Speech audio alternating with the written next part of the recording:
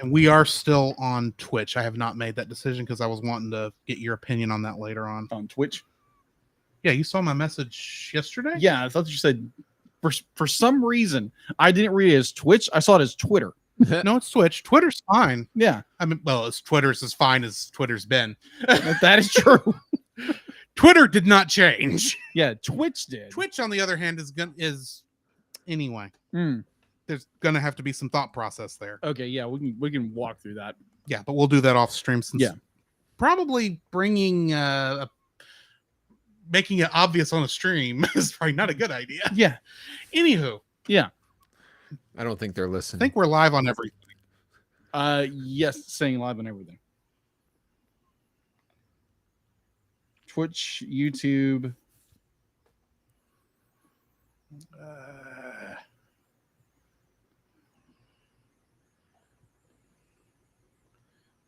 And of course, this thing is being silly. Of course. We're all one good, happy fleet. Wrong movie. I'm not seeing this on Facebook yet, but it says we're on Facebook. Oh, it'd help if I went into the actual page. Yeah, that might be helpful. That might help. Yeah, might. Maybe. Oh.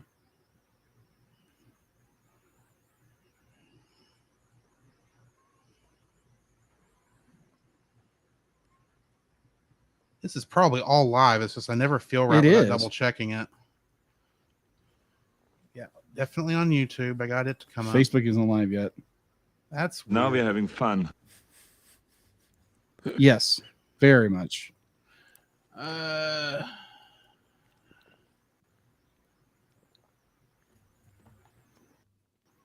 I can't force Facebook. I don't think.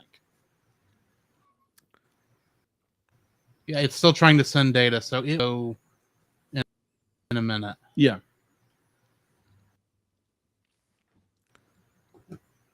So we'll just Yeah. start from.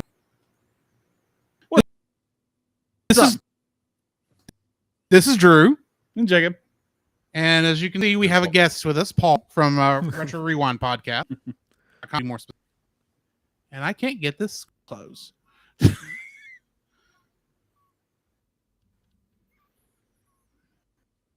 There it goes. There it goes. Older technology. Yeah, Or slightly older. aged technology. With a fine wine and cheese. Hey, this one of there, and it already did a little minor glitch on us. Bro. So I think we're still good. Of course, it was fine up until Connections being funky again. anyway. As long as it doesn't How's your bust. speed test? Yeah, that's So anyway, Yeah. we are reviewing Sesame Street movie, yes. the only theatrically released one. Far as I yes. Yeah, Follow That Bird. Big No, Bird went to D-Tungsten, China we're once. not. Was that theatrically released? Maybe not. I don't know. This was the only one I saw. I didn't see it in theater. Released. No, D-Tungsten, you're not obsessed with Tears of the People aren't. Right I mean, now. I'm playing it, but I did not beat it within what? Did you beat it, D-Tungsten, in 20 days? Days. Whoa. He's already beat the game. Jeez. It's like, Nice. I'm glad you have that Dang, kind of D-Tungsten. time. Wow. That's impressive, but I don't just mean he did finish the story mode. I understand he beats the game. wow. All of it, like full completions and everything. as much as you can. 205 205 hours. hours, he Wow, it's says. almost 10 Wow. days. What game is this? I'm glad you have that kind of time, D-Tungsten, because I don't. That is impressive. I agree with that. I do agree with that. 205 days. Wow. Hours. Oh, Not days. hours. Whatever. I It's knew it not was even- hours. I it's- read it as days. It's not even been Stupid 205 ADD days. dyslexia. Anyway. Are y'all ready to jump into this? Maybe. I'm going to go ahead and Hit the button. delete. Delete. I'm not hearing anything. Can you hear me? I don't think you can hear me either.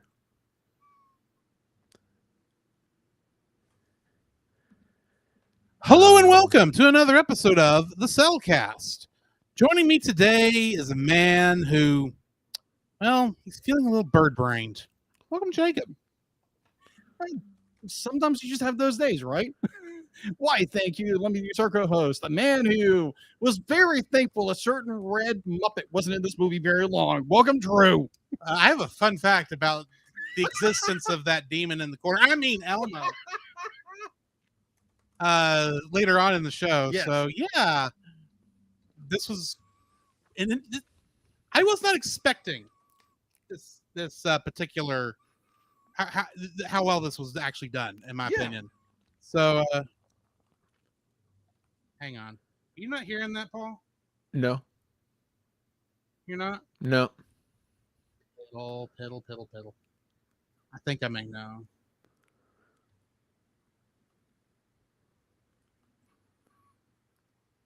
There's a whistle according to Geek Devotions. But I'm not hearing it. A whistle? I don't know. Still in the audio. That's just what he put in chat. I don't know. It should still be playing. I don't hear anything. Oh, there's a whistle. Okay. Like someone has bad sinuses. Like they're sneezing a lot? Oh, like they're breathing? Like, I have no idea. That may be the fan. That could be the fan. Oh, good thing I don't hear But it. you aren't hearing the music at all. No. And now it stopped. Oh, Jiminy Crickets on a pogo stick. Can always fix it in That post. makes me wonder if... Yeah. Yeah, but that takes... Yeah. I mean, Part of if you the can take 30 advantage of seconds that to fix it now, it helps save later. Yeah. Very true. It says share tab audio, so it should be going when I load it here. Reboot. Oh, wait a minute. I have another theory. Okay. Attack. Could you hear D-Lip there? No. No, you could not hear D-Lip. Okay. Interesting. No. No, Demas. No.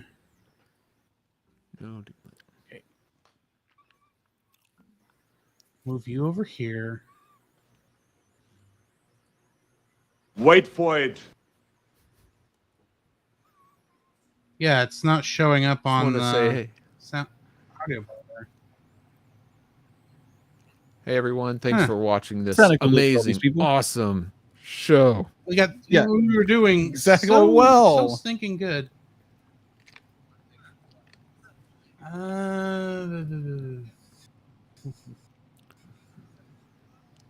No, stop sharing. It's the fan. That's what they're hearing. The whistling is the fan? Whistling Okay. is the fan. We can turn that off if necessary here in a minute then. Do you realize how hot it is here in Texas? I know. I'm aware it's 90 degrees outside. But if it gets too annoying, That is what are true. we going to do? That's Okay, I may have another idea. true. Okay. This sometimes works. Plug it in. Plug it Problem out. is, we won't be able to hear it. Oh, no. That's fine. But you will. All right. So that's always a good Let's see. Let me kill that. And then... Okay, yes, those volumes are up. Oh, wait, there's a good reason I don't do this. And I'm not going to do it now Okay. because it actually screws up the audio even worse. I believe Okay. it. So we're just gonna pretend Deedlet's here. Okay. Yeah. Sounds good. I don't think we introduced Paul though. No, We not ain't yet. got that far. I'm gonna start over. Okay, let's start over. Take 2. Okay, this is gonna be a fun editing once I get the computer up and going again. All right. So Hello and welcome to another episode of the Cellcast. Joining me today is a man who's feeling a little bird-brained. Welcome, Jacob. well, sometimes we all feel like that, don't we?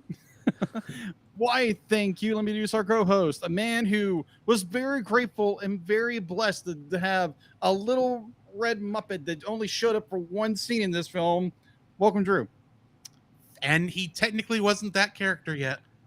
Really? We will get to that. Oh, okay. We will get to that. Fair. Joining us, however, today for this particular trip to a certain street in the middle of New York City, straight from California and from the Retro Rewind Pod, PaulJPowers.com. How are you doing, man? No need to fear. Super Grover is here. I'm doing great. I got Grover Right. here, and we're doing good. Good deal. Oh, my word. That's awesome. I have an opinion about that voice later on, but we'll get to it. So yeah, we are reviewing Sesame Street Presents Follow That Bird. As far as we can tell, this was the only theatrically released Sesame Street film. And I am kind of curious, Paul, why did you volunteer for this? Oh Yes. man. Do tell. I have that same question. Might as well go into Why did I torture thee? yeah. To be honest, should I go into my non-spoiler review of it? Well, let's go ahead and at least let the intro go. Okay. So yeah, go ahead. All right. So this movie came out in 1985, right? Is that right? I think so. Yes. So I have one of the wasn't born yet. distinct privileges of remembering watching this movie in the theaters. I was at the age of 7, and I actually enjoyed this movie, but not enough to tell my friends at church or school or anything, because this is a Sesame Street movie. I mean, come on. Yeah. Right.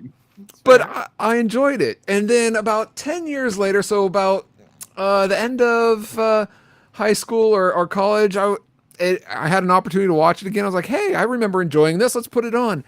And I could not get through it. It was just, not as nearly as good as I remembered. And so I haven't seen it since. And then Drew is telling me, hey, we got these movies coming on.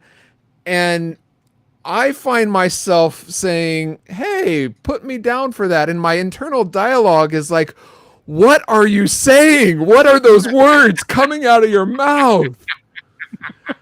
I don't know why, but I signed up for this. But on this rewatch, it wasn't as bad as the previous one. It wasn't as good as the first one, but if you're like a dad sitting with your kid who enjoys Sesame Street and this is on the background, it's a decent one to sit through, I would say. So overall, my review, if I had to sum it up, going back to when I was a kid and all, if I could sum it up this way, I would say, oh my gosh, my mind just went blank. I had this set up so perfectly. But anyway, oh man, darn it, I had a joke and I completely forgot it. Oh well. That happens. But anyway, this movie is just so. It's It's fair. This is the first time I've watched this movie. Oh, I did not even know this movie existed until about 5 years ago. fair enough. And it came up, I think, on a Nostalgia Critic video I watched. Yeah. So that's how I even learned it existed. But I just hadn't ever. But, it's a Sesame Street movie. Why, at the age of 30-ish, would I go and watch a Sesame Street film? And then we started a podcast. Yeah. And you put it on the list. I put it on the list 4 years into the show. And I did it I don't even know why I did it. It's like, I want a Muppet movie, but we can't do Labyrinth yet because of reasons. Mostly because we have a guest already lined up for that episode, but I need to find a way to record 3 people at once in this apartment. Ah. But I wanted to go ahead and do another puppetry movie, and there's surprisingly not that many puppet movies. I did not realize. Yeah. Muppet and Jim Henson stuff is pretty much where you're going to see most of it. And I saw this and thought, this might be interesting.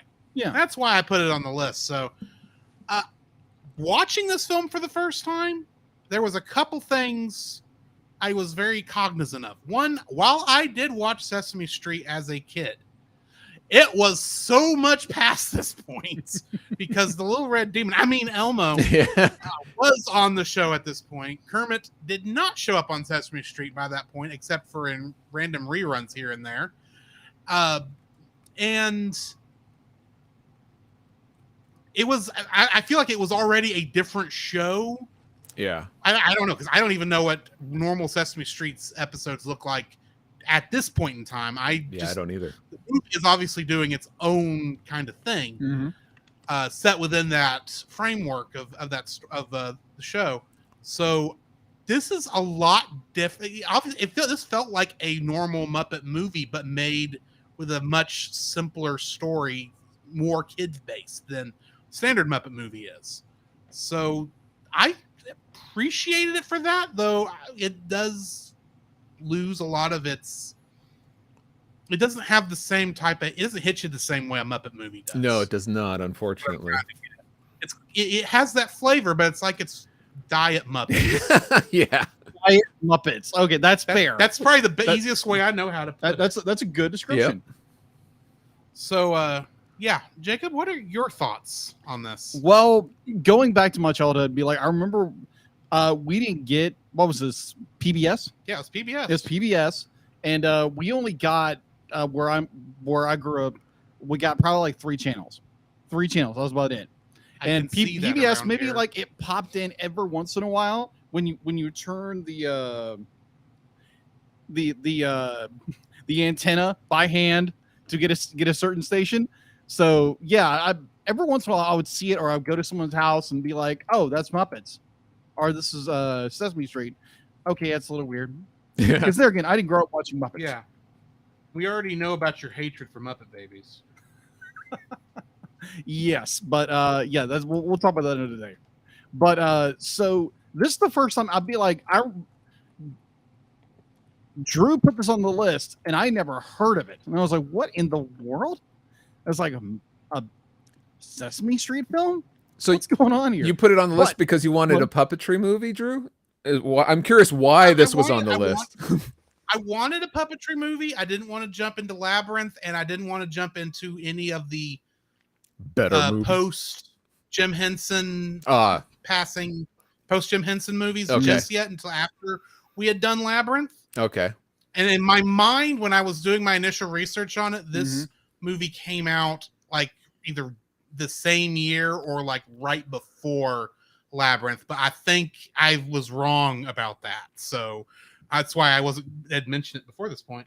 Teenage Mutant Ninja Turtles, the movie from 1990. Anybody? We will come back to that actually, but that's after this. Grant, I need to do a better job of looking at more puppetry films, so I will grant you that. Expand his puppet horizon. And I do know some stuff that's technically marionette-mation that we should do at some point. Okay. Nice. Which is technically still puppetry. Okay. So, yeah. Show that's been mentioned already in our chat. Oh, okay. Gotcha. We are go. Yeah. Exactly. So, I watched it. Obviously, it's free on YouTube. And thankfully, it was on YouTube because when I first put it on the list, it was on HBO Max. Then HBO Max became Max and took it off, or it came off before that point. So that is weird. Yeah. So there again, kind of like Paul, be like, I don't have be like, unlike Paul, be like, I do not have any nostalgia for this film. And so watching it, going in as a 40-year-old now. And it's like, okay, I can appreciate what the film was doing. I can appreciate where the artistry is going. I can appreciate where the story is going. it's like Paul said, it's kind of like a meh kind of film. Yeah. It's one of those like, okay, be like, if you want to put your little ones in front of it, go for it. That sounds like fun. But it's just like, okay, I watched it. It's interesting. It's definitely not my cup of tea, but yeah. And you watched it 2 weeks ago.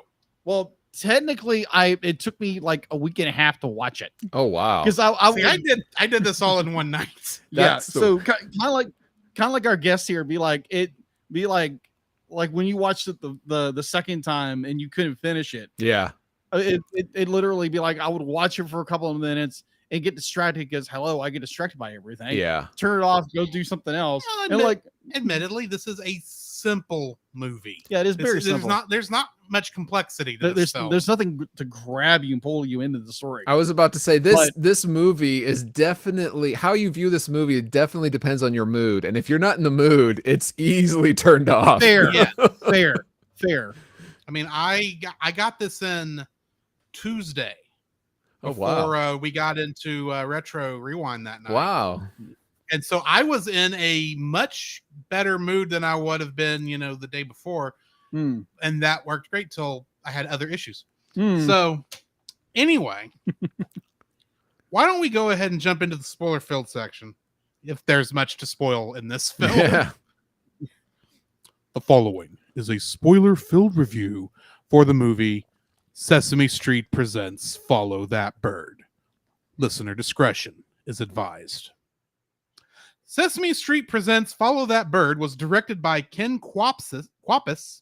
I already said that name wrong. He directed 13 episodes of The Office later on. Huh. It was written by Tom Geis, I think it's Geis, and Hey, you Judy guys. Freudberg. Getting into the cast, we've got, of course, Carol Spinney as Big Bird, Oscar the Grouch, and Bruno the Trash Man. And outside of Sesame Street, he only has one other credit that I could find. Really? What was that? It was actually predates Sesame Street, I think, by about a year, and it was a character named Mr. Lion in something called Bozo's Big Top.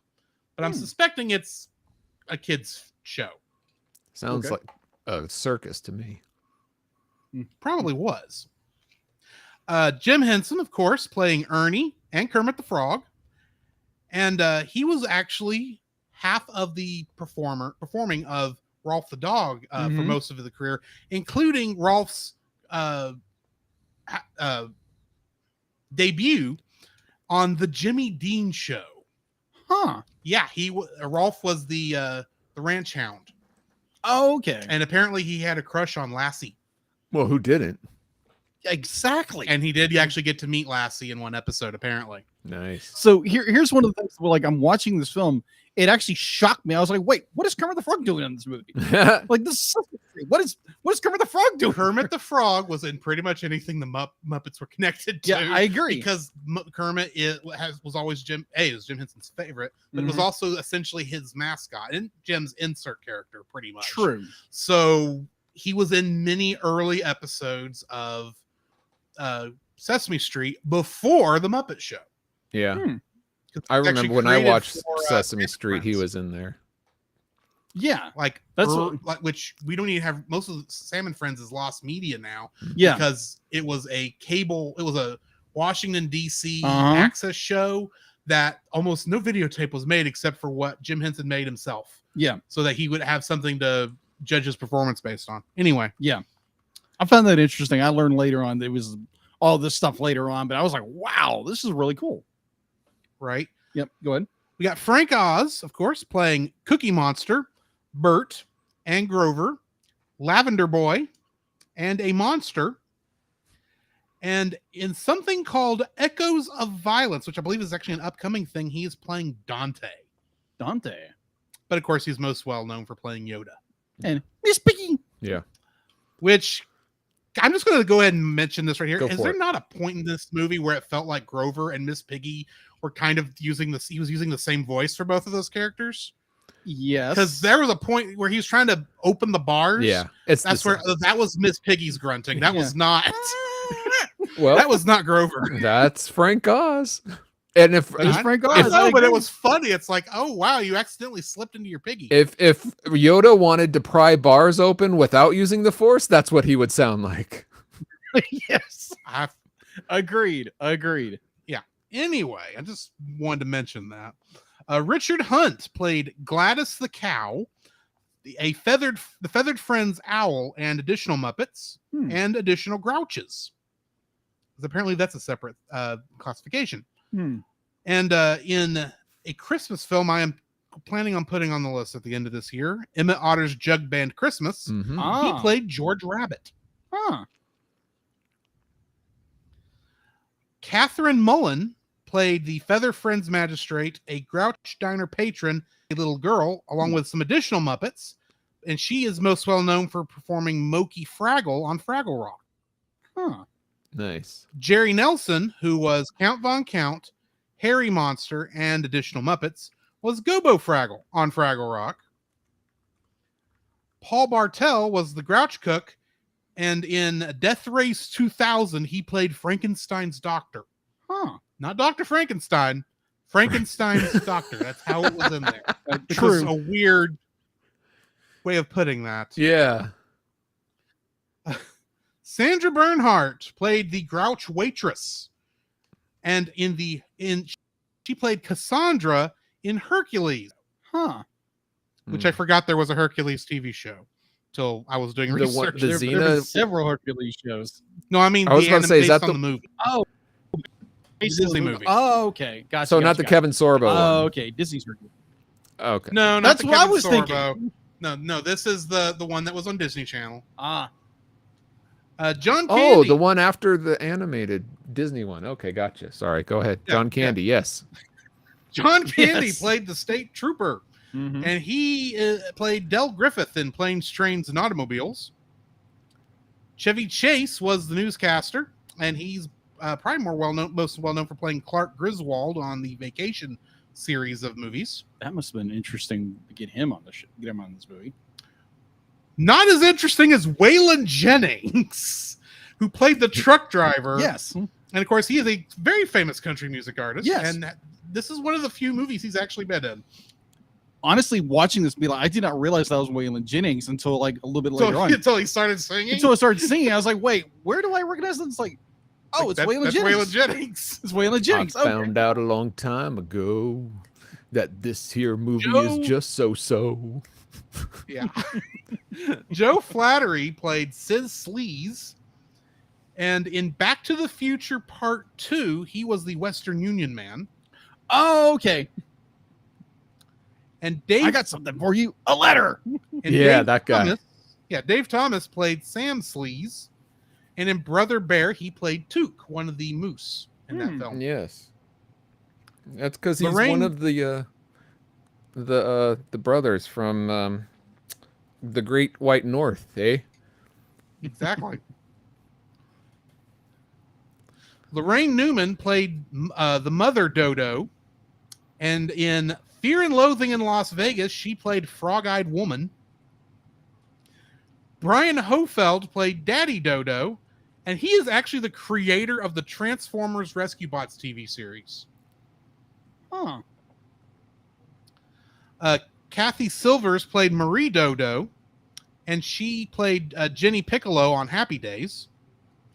And we've got Eddie Deason playing Donnie Dodo, who plays Yeah. every stereotypical nerd anytime you need him in a film. Ah.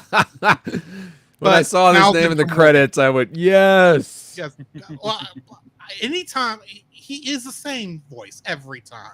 I picture him. I point him out every time he's there, because I'm just hearing Hey. Mandark from Dexter's Lab every time. Wait, Which but was when you really got weird something, in Polar Express. when you got something that works, you use it, and he does it well. Very true. Granted. Martin P. Robinson played Mr. Snuffleupagus, Telly Monster, one of the Board of Birds, and a Grouch diner patron. He was actually an animatronic puppeteer for Leonardo in the 1990s Teenage Mutant Ninja Turtles film. Really? Mhm. Fascinating. Sally Kellerman played Mrs. Finch, and she played Major Margaret Hot Lips Houlihan in the film version of MASH. Oh, yeah. Allison Court played Ruthie, the farm girl, where that Yeah. lets Big Bird sleep in Yeah. the barn. She will actually come up later in this episode because she plays Jubilee in the X-Men animated series. Really? Really? That's cool. She is the only character that was the only kid I put in here because I wanted to. I decided to leave most of the kids off because they're Yeah. not There's no really connection. playing much. Yeah. She's the only one I added back in because this afternoon I was doing my research for the X-Men stuff and thought that name looks familiar. Where do I remember Wow. seeing that name? What a Okay. coincidence. And I went back and go, oh, it's her. So from Anyway, now on, all the movies that you review have to be directly related to someone in the X-Men animated series until you finish the series. As hard as that is for Kingdom Hearts, That I don't think we're gonna be that lucky again. I believe in you. You can do it. so just a good reminder. Which kid was this? This was the girl on the farm. Oh, that okay. let With Big her Bird little sleep brother. in the barn. Oh, okay. And they were singing easy going. Yeah. Yeah. The rest of these people have no roles outside of Sesame Street. So, but they're pretty much the live action characters, characters from the show. That would be Linda Bove as Linda, Emilio Delgado as Louis, Loretta Long as Susan, Sonia Manzano as Maria, Bob McGrath as Bob, Roscoe Orman as Gordon, and Elena Reed Hall as Olivia. And as I maybe have hinted at a second ago, Kingdom Hearts connections, there were absolutely, positively none. Huh. So, yeah. What do we got in info and stuff? Info and stuff. IMDb at a 6.7 out of 10. It's on YouTube for free. Production was Children's Television Workshop. Distribution by Warner Brothers. Released on August 2nd, 1985. Box office. Its opening box office for the US and the Canada was $2.4 million on August 4th of the same year. Wow. Its US and Canada gross was 13.9 million, and it's the same worldwide. Home release.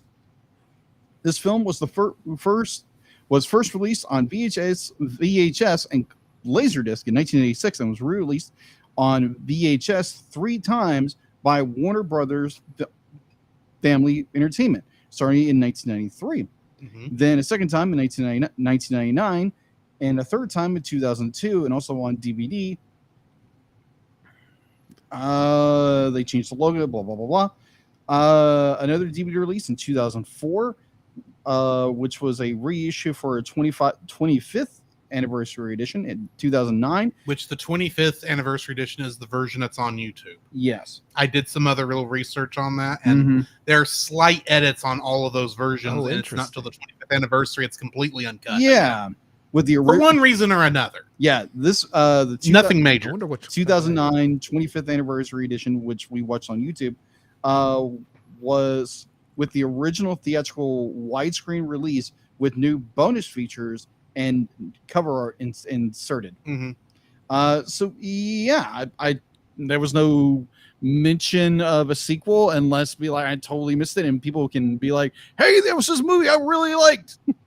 Well, there was plenty of straight to video Sesame Street films, but Of it's hard course. to call any of those a sequel. Right. Follow that bird again. 2. I was just thinking, technically Big Bird in this is 6 years old. You're right. He's always been 6. Or at least And he's been 6 since 1969, Yeah. which is when Yes. that Sesame Street first aired. Yeah. And he's technically 6 in 2023, isn't he? Yes. Yes. Kind of Okay. like a certain Pokemon master. He actually did age over the course of those years, but it was only a year. Uh. There was a birthday episode. I just don't know when it was. Anyway, getting into the summary for this film. The Feathered Friends Board of Birds, an organization whose purpose is to place stray birds with nice bird families, discusses the case of Big Bird. The social worker, Miss Finch, is sent to Sesame Street to find and bring Big Bird to a worthy family of dodos in Ocean View, Illinois. However, he begins to feel uncomfortable with them as they all think poorly of non-birds, and reaches his breaking point when they suggest he should have a bird as a best friend instead of Mr. Snuffleupagus, who is watching over his nest back on Sesame Street. When Big Bird leaves the Dodo's home to return to Sesame Street, he ends up on the news where Mrs. Finch tells reporter Kermit the Frog that she intends to find him and bring him back to the Dodos. His friends on Sesame Street also see the news and band together to locate him before Mrs. Finch does, and take several vehicles on their quest. After Bob instructs them to head to Toadstool, Indiana to meet up with him. While on the way home, he hitches a ride with a trucker who encourages him to persevere and later meets two kids named Ruthie and Floyd at a farm who allow him to sleep in their barn overnight. The next morning, Miss Finch arrives and he sneaks away in a haystack. Two con artist brothers named Sid and Sam Sleaze, who operate a fraudulent carnival called the Sleaze Brothers Fun Fair, plot to catch Big Bird and put him on display for profit. When he arrives in Toadstool, Mrs. Finch does so at the same time and chases him there. After escaping her, Big Bird meets the Sleaze Brothers at the carnival and asks if they have a place for him to hide, resulting in them putting him in a cage and deciding to paint him blue and tout him as the Blue Bird of Happiness. Though he sings sadly about wishing to be back home, despite this, he brings in plenty of customers. After the show, two kids sneak backstage to see Big Bird, who asks them to call Sesame Street to inform his friends of his whereabouts. The next morning, his friends sneak into the circus tent and try to set him free. However, the Sleaze Brothers quietly wake up, and just as Linda unlocks the cage, they drive off in the truck, and while Big Bird is still in it. Gordon and Olivia give chase in Gordon's Volkswagen Beetle and successfully rescue him after he jumps from the moving truck. Shortly afterwards, a police officer pulls the Sleaze Brothers over for speeding and arrests the pair on various charges, including theft of an apple. Upon arriving back on Sesame Street, Big Bird is happy to be back home. His happiness is short-lived when Mrs. Finch arrives to place him with another bird family, still insisting that Big Bird would be happier with his own kind. However, Maria tells him that he is happy on Sesame Street, where it does not matter if his family consists of humans, monsters, grouches, and other species. Considering Maria's statement and realizing how far his friends went to bring him back, a sympathetic Miss Finch officially declares Sesame Street to be his home and happily leaves her with her job complete. As everyone celebrates his return, Oscar the Grouch gets carried around the block in his trash can by Bruno the Trash Man in order to get over everyone's happiness. Getting into the trivia for this one. This was Jim Henson's final performance as Kermit the Frog, as well as Ernie and other characters in a theatrical feature. Oh, so sad. I went with the sad one first. Yeah. Wait, what? When did Muppet Take Manhattan? The first Muppets Take Manhattan was actually before this. Really? By about a year. Okay. All right, go ahead. Actually, Sorry. can you look that up for me right quick? I'm not 100% certain because, like I said, I thought this was. Yeah. Because Muppets Take Manhattan we've already reviewed. I think it was 84. Yeah, it's 84. How about that? Okay. One second. Carol Spinney broke down in tears after filming the song "I'm So Blue." Aww. Can imagine. When the Count is counting the end credits, he says, "Hi, Mom," when Joan Gans Cooney's name appears. Yeah. She is the creator of Sesame Street and the founder of its production company, the Children's Television Workshop. She is sometimes referred to as the mother of Sesame Street. When Big Bird is being welcomed home at the end of the movie, you get a quick glimpse of a character in a window that is definitely a demon in the Elmo. The movie was made before he was even considered a character on the show. That's right. Wow. The airline that Big Bird takes to Illinois is CTW, referring to Children's Television Workshop, the name of the production company. And it has since been renamed Sesame Workshop. The flight number is 1138, which might be a reference to George Lucas's film THX 1138, though I consider that a stretch. According to Noel McNeil, after filming the footage of Big Bird on the farm with Ruthie and Floyd, the filmmakers discovered that the film was badly scratched and unusable. Oh, no. The actors, crew, and performers had to return to the same location, but it was months later and in winter. Wow. Many of the green leaves the audience sees are spray painted, and after each take, the kids would run to put their coats on. Wow. The scene with Big Bird running from Ernie and Bert's approaching plane is a spoof on the visually very similar scene from the Alfred Hitchcock film North by Northwest, in which Cary Grant's character hides in a cornfield after a crop duster attack. The subsequent pesticide cloud in this version is replaced by Bert's falling bottle cap collection. Why he had his bottle cap collection with him is beyond my knowledge. For that gag. Exactly. Big Bird is the only character that Mr. Snuffleupagus? Big Bird is the only character that Mr. Snuffleupagus, or Snuffy, interacts with throughout the entire movie, due to being released prior to season 17 premiere, where Snuffy was finally revealed to the adults on the street. He was. They just thought he was a imaginary character up to that point. But no one else can see him except Big Bird. Big Bird. Yeah. Oscar's license plate reads Scram. The Count's license plate reads 1, 2, 3, 4, 5, 6, 7, 8, 9. Well, 10. I was going to say 1, 0, but 10. The license plate of the turkey truck in which Big Bird gets a ride from Waylon Jennings during the song Ain't No Road Too Long reads Gobble. Poignant. Of the main regular cast of the show appearing in this film, only Northern Calloway, who plays David, was absent because he was barred from entering Canada where the movie was filmed. Due to a criminal record dating back to an incident on September 19th, 1980, when he went on a violent, frenzied rampage in Nashville, Tennessee due to mental illness. It was fairly kept under wraps, so he who sought medical help could resume work on the show later after the incident. Wow. Dang. This was up until a couple years later. More incidents ultimately caused his dismissal from the show in 1989. He died in 1990 at the age of 41, just 4 months before the similarly untimely passing of Jim Henson, who also worked on this film. Wow. The Sleaze brothers, played by Joe Flattery and Dave Thomas, are pulled over by a state trooper, played by John Candy. All three are veterans of the TV show SCTV from 1976. The news reporter, played by Chevy Chase, opens his broadcast by quoting the theme song from Mr. Rogers' Neighborhood, another PBS Kids production which became popular during the same period as Sesame Street.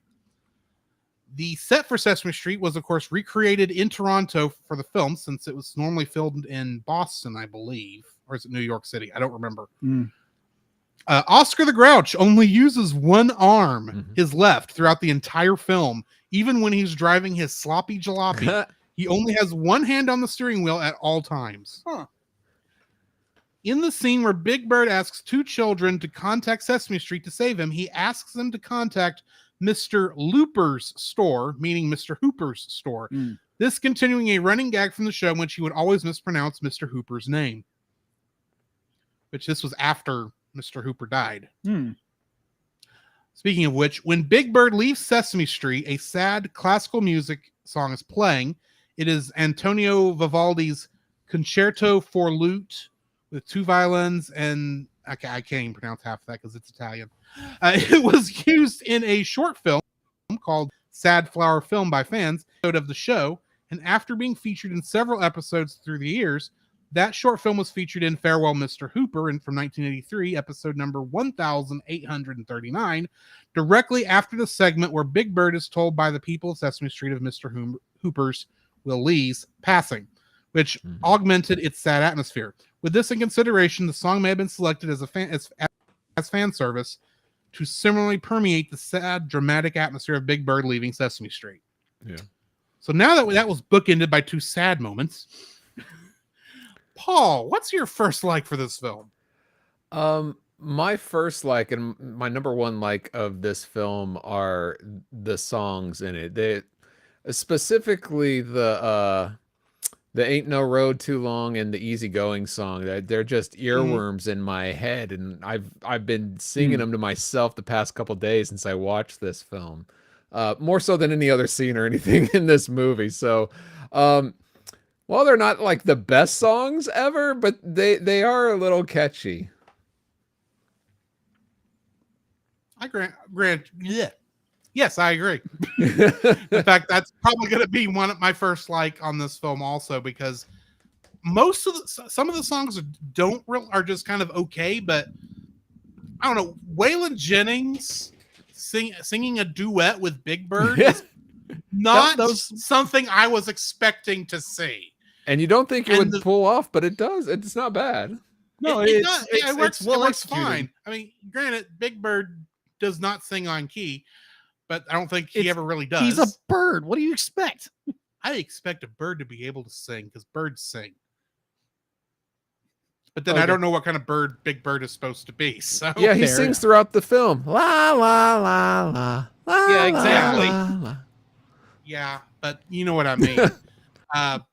But for the most part, yeah, those different times throughout the week since I watched the film, those two songs have popped up in my mind at different times, just because they are such earworms. Granted, it's just the chorus. Yeah. I don't remember any of the verses Right. or anything like that, but Yep. still, Yeah, it's a lot catchier than some of the songs that are on the radio today. Let's put it that way.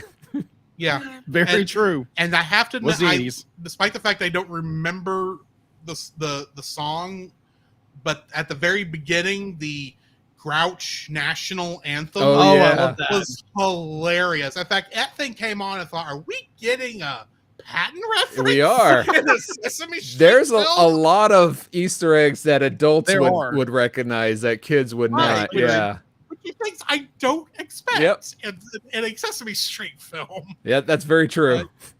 But yeah, I loved that whole sequence, and I don't remember the song exactly, but I remember thinking, well, at the end when Oscar says, "Now that you've seen the best part of the film, Yeah. you might as well sit through the rest of it." I thought, I wonder how true that is. Yeah. Oh my gosh.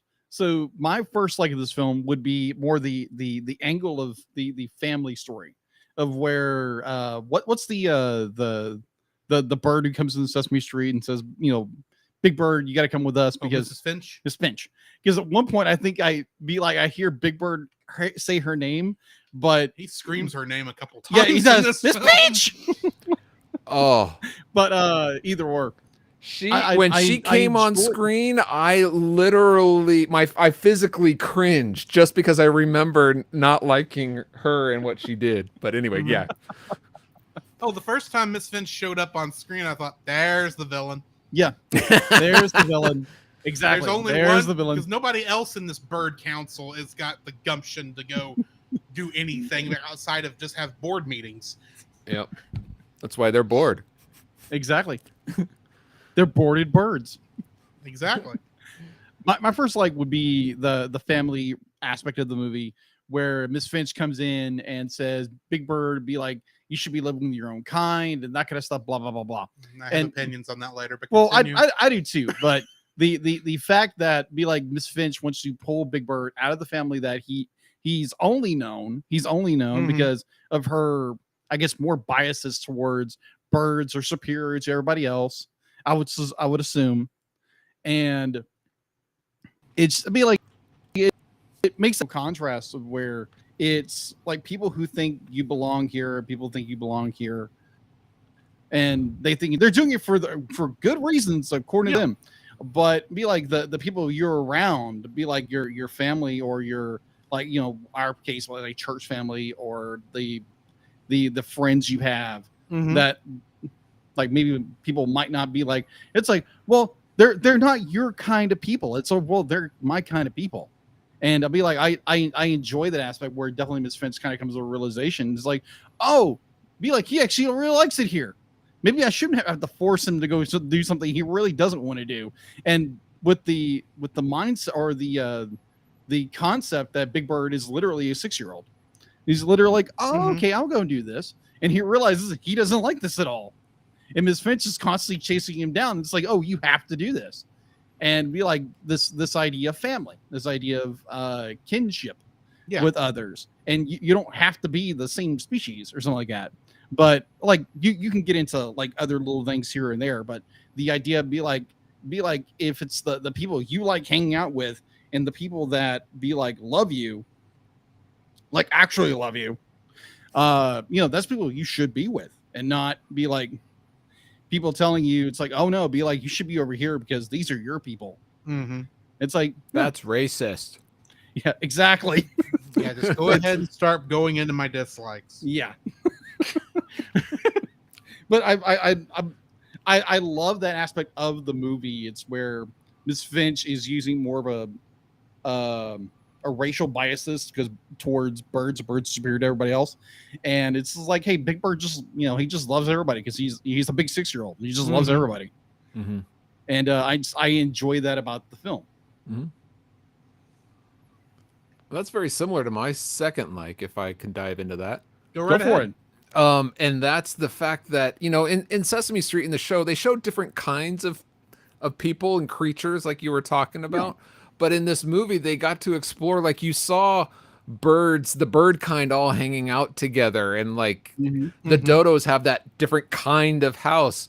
So they opened up the world even more. And what I really liked is like the grouch kind and what it was like to be amongst all the grouches, like at the diner and stuff.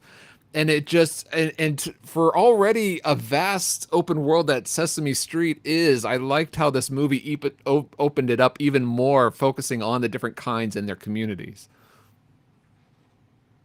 Interesting. Yeah, that's kind of what my second like was going to be also. Nice.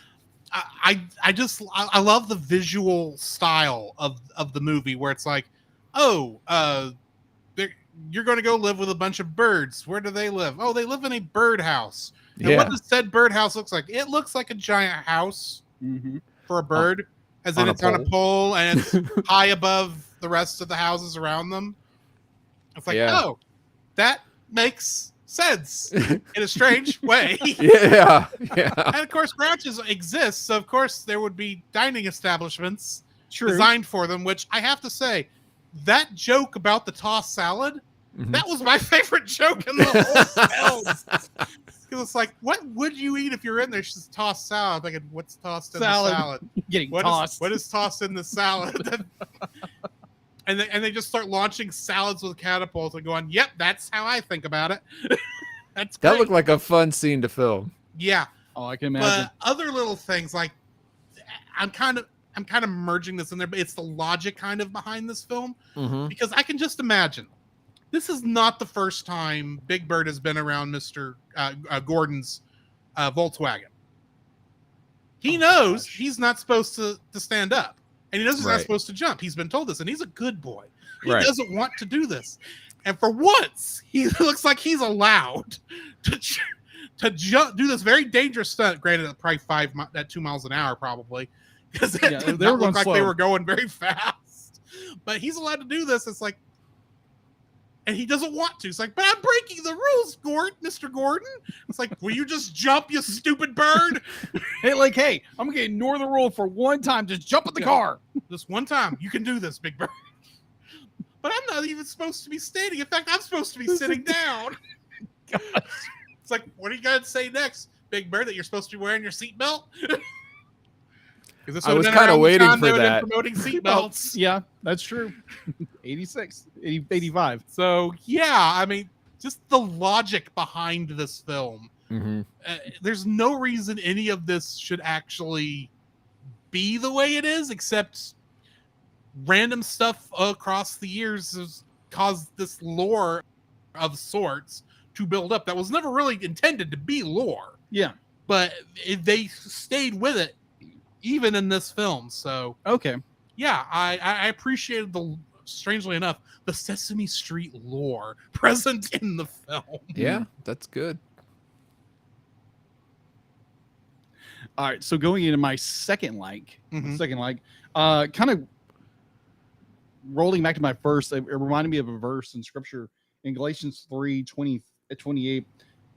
There's neither Jew nor Greek. There is neither slave nor free. There's nor male or female, for you are all in Christ Jesus. So that reminds me so much of the body of Christ, that we were this amalgamation of different people from different people, different strokes, and we all have different backgrounds and the whole bit. Be like, we're not all the same, right? Yeah, like you take like the church we go to, it's very blended in a lot of ways, and that's what I enjoy about it, because you meet different people, or you're friends with different people that you would never met. And the notion, the racist idea that be like, oh, you need to hang out with your own people, is just like, that's not the way God intended it. We're both just kind of just to be together as people. And that's just what I enjoy about this film. I thought I would just bring that up. Yeah. There's neither monster nor Muppet. Yeah, On- exactly. Exactly. Bird or Snuffleupagus. Bird or Yeah. Snuffleupagus. So going into my second like. That wasn't even your second like. No, that it was wasn't. just I had this thought and I wanted to go ahead and Yeah, cover yeah, it yeah, right yeah. quick. Yeah. So this is a very simple film, but it doesn't play down to its audience. It doesn't Mhm. it doesn't make the audience feel like they're dumber, be like they're stupid because they're children. These are for preschoolers, and they play to that strength. The Yeah. writers know who their audience is, and it's like in some films be like obviously the writers don't know who their audience is, so they're writing above the intelligence level or the vocabulary level of, like, I've seen sermons in a youth group once where the youth minister in question had just finished his, I think it was his master's degree, his master's degree, and he was just on this high of everything he knew, and he was just going way over these kids' heads. And Mhm. one of the students actually had to stand up and be like, "Hey, we have no idea what you're talking about." So these writers knew what they were talking about, knew their audience, and went to their level with it, and made it where it was engaging for that audience, and for parents who were in the audience with their preschoolers. Mhm. But I enjoyed that for what it was, because I think we have reviewed films where it was obviously be like they weren't playing to the strength of the audience, like most of the movies we review are for kids. Yeah. Or like young adults, and they're shooting way over kids' heads with everything that's going on. It's like, are you sure? Be like, is this the right audience you're projecting to, or you just want to write a story and like this is what it is? And I like they play to the audience's strength of who they are as preschoolers. Mhm. So yeah, that's my second like. All right. Y'all ready to jump into dislikes then? Yeah, let's jump headlong to what we don't like about this film. I'm sure there's a lot.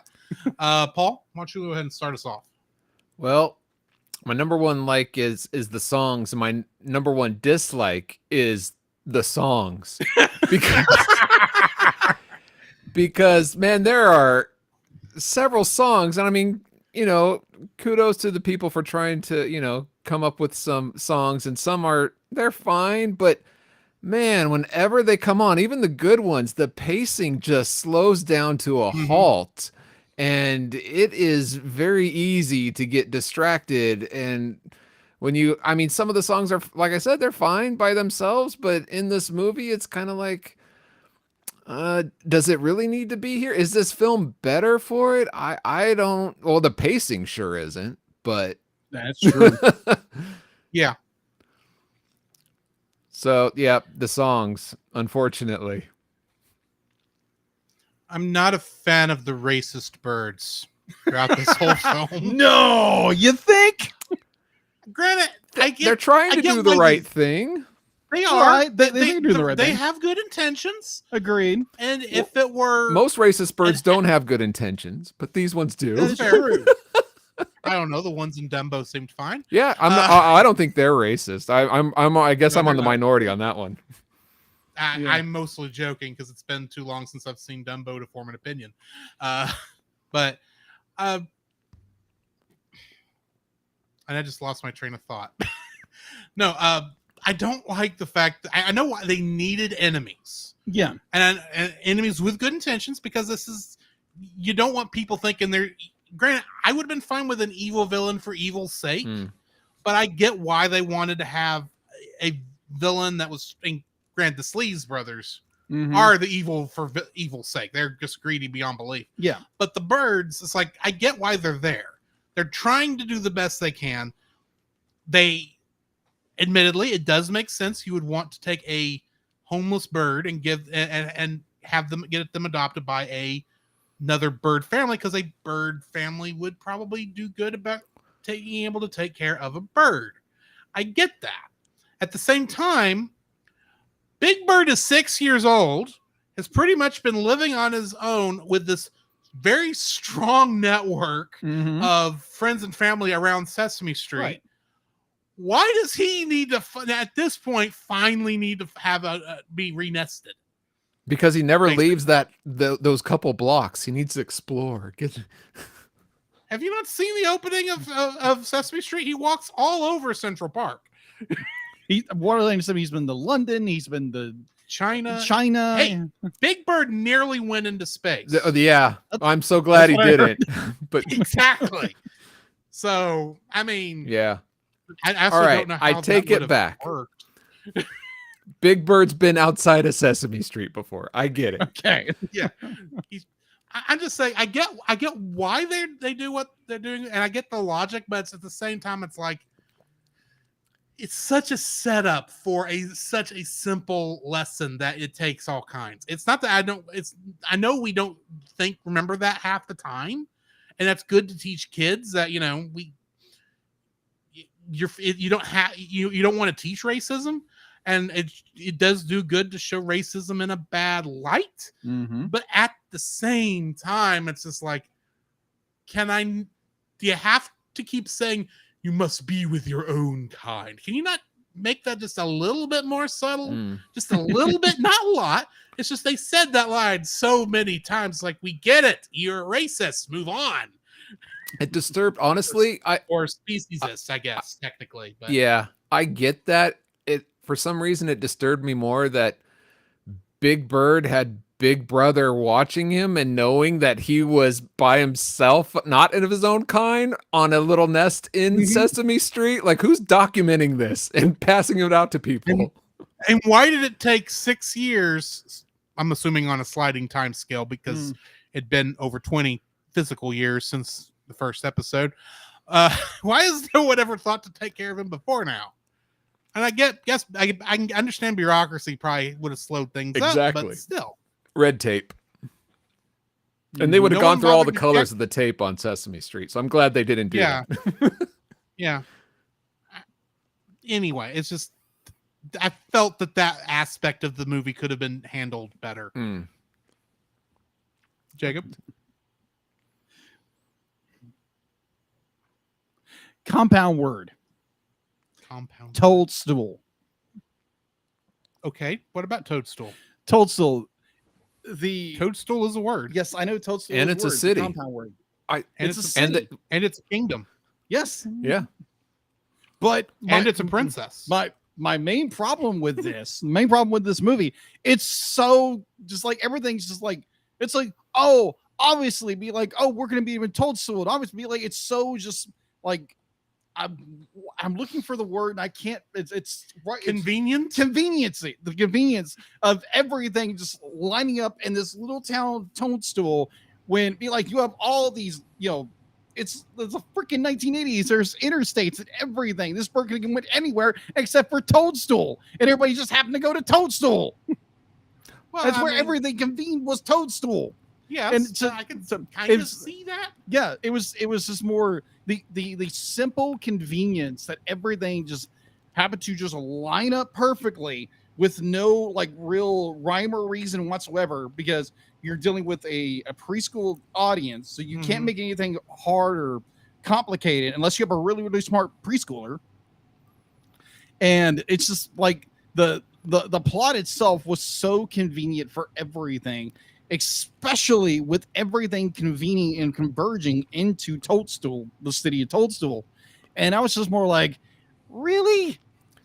See, I would be more fine with it had they not said, once you get to Toadstool, call us and we'll let you know if you don't see Big Bird. It's like, why can't you just happen to meet Big Bird in a random city? Why do you have to tell us you're going to meet him in Toadstool in like half an hour into the movie? Yeah. So yeah, I get what you're saying. Yeah, it's just like granted, this was the 1980s, and be like there was other highways and the whole bit. Be like they just assumed, oh yeah, he's gonna be in Toadstool, and voila, he's in Toadstool. You sound like you have some experience in life, Jacob, where things, from your perspective, have not been as convenient for you, and this has triggered something in that arena. No, I don't like I don't like just very simple conveniences. Yeah. Like it's I'm over analytic, so I'd be like thank you very much. No, I get it. It's a little too simple for this simple story. Yeah, Yeah, way too simple, and be like you could have just had them meet there and not have drawn attention to it. It would have been fine. yeah. But they drew attention to it so much, Mm-hmm. and it's like they were gonna Which- be like I enjoyed in my second like that they played to their audience, but at the same time they didn't in this aspect. Be like little. I'd be like, have you been around preschoolers? But like sometimes be like, you can get a really really smart preschooler. And it's just like, oh, okay, I wasn't expecting that out of a little kid, and be like, little kids are smarter than you think. Mm-hmm. And this very easily simple convenience plot point, I think for me, what has drove me nuts, I'm like, really? Like they should have went here.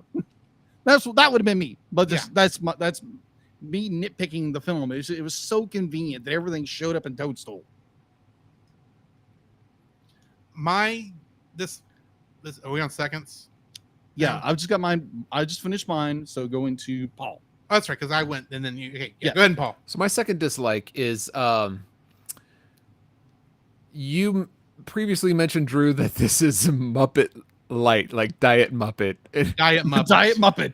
I mean, they are technically Muppets. Yes. Yeah. So, and I absolutely 100% agree. And I was trying to figure out why. And I think it's because we have some of these characters that are too over the top and too silly, like the Sleaze brothers are, especially the Sleaze brother, especially the one played by Joe Flattery is just all the other Muppet movies. Yes, you have adults, human adults in there, and they're a little over the top, but you can you kind of go with it. This is just another level over the top, and I think the movie suffers for it.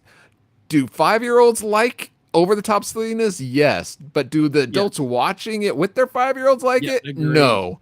And I think this movie could have been better if they just toned the silliness down. I think it would have been. I think it could have helped that. Make it feel more like a Muppet movie rather than less than. I can see that. I would have. This is kind of my second dislike. Also,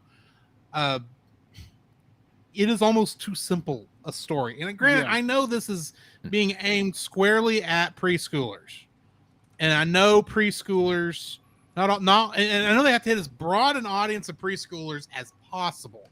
So you can't go too smart, you can't go too stupid. Right. That sounded bad the way I worded that, but you know what I mean. He's being hateful toward preschoolers. I am not being hateful towards preschoolers. That's just, ageist.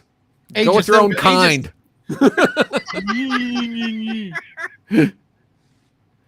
Anyway, I get that they're having to aim for a broad audience of preschoolers, and we're just really lucky that they didn't try to shove a lot of like educational stuff down our throats. The closest we got to was at the very beginning when Big Bird says, "This episode of Sesame Street is brought to you by the letter W and B," and I thought, I get it. I get the joke now.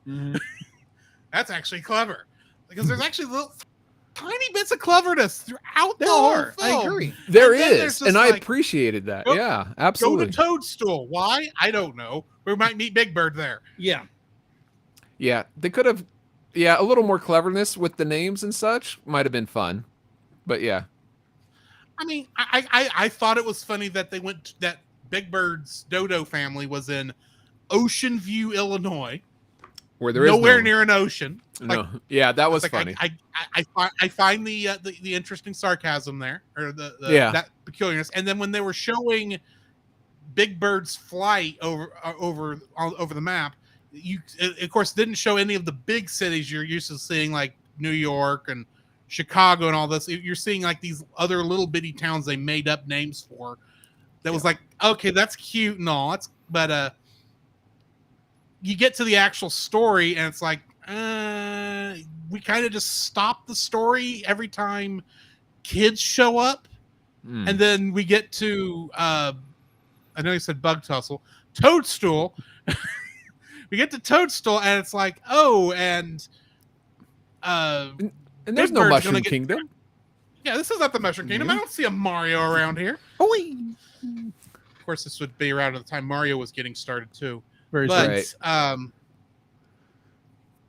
You get to Toadstool. I'm thinking, okay, this is interesting. Of course, it's a little small town. They're having their Toadstool festival.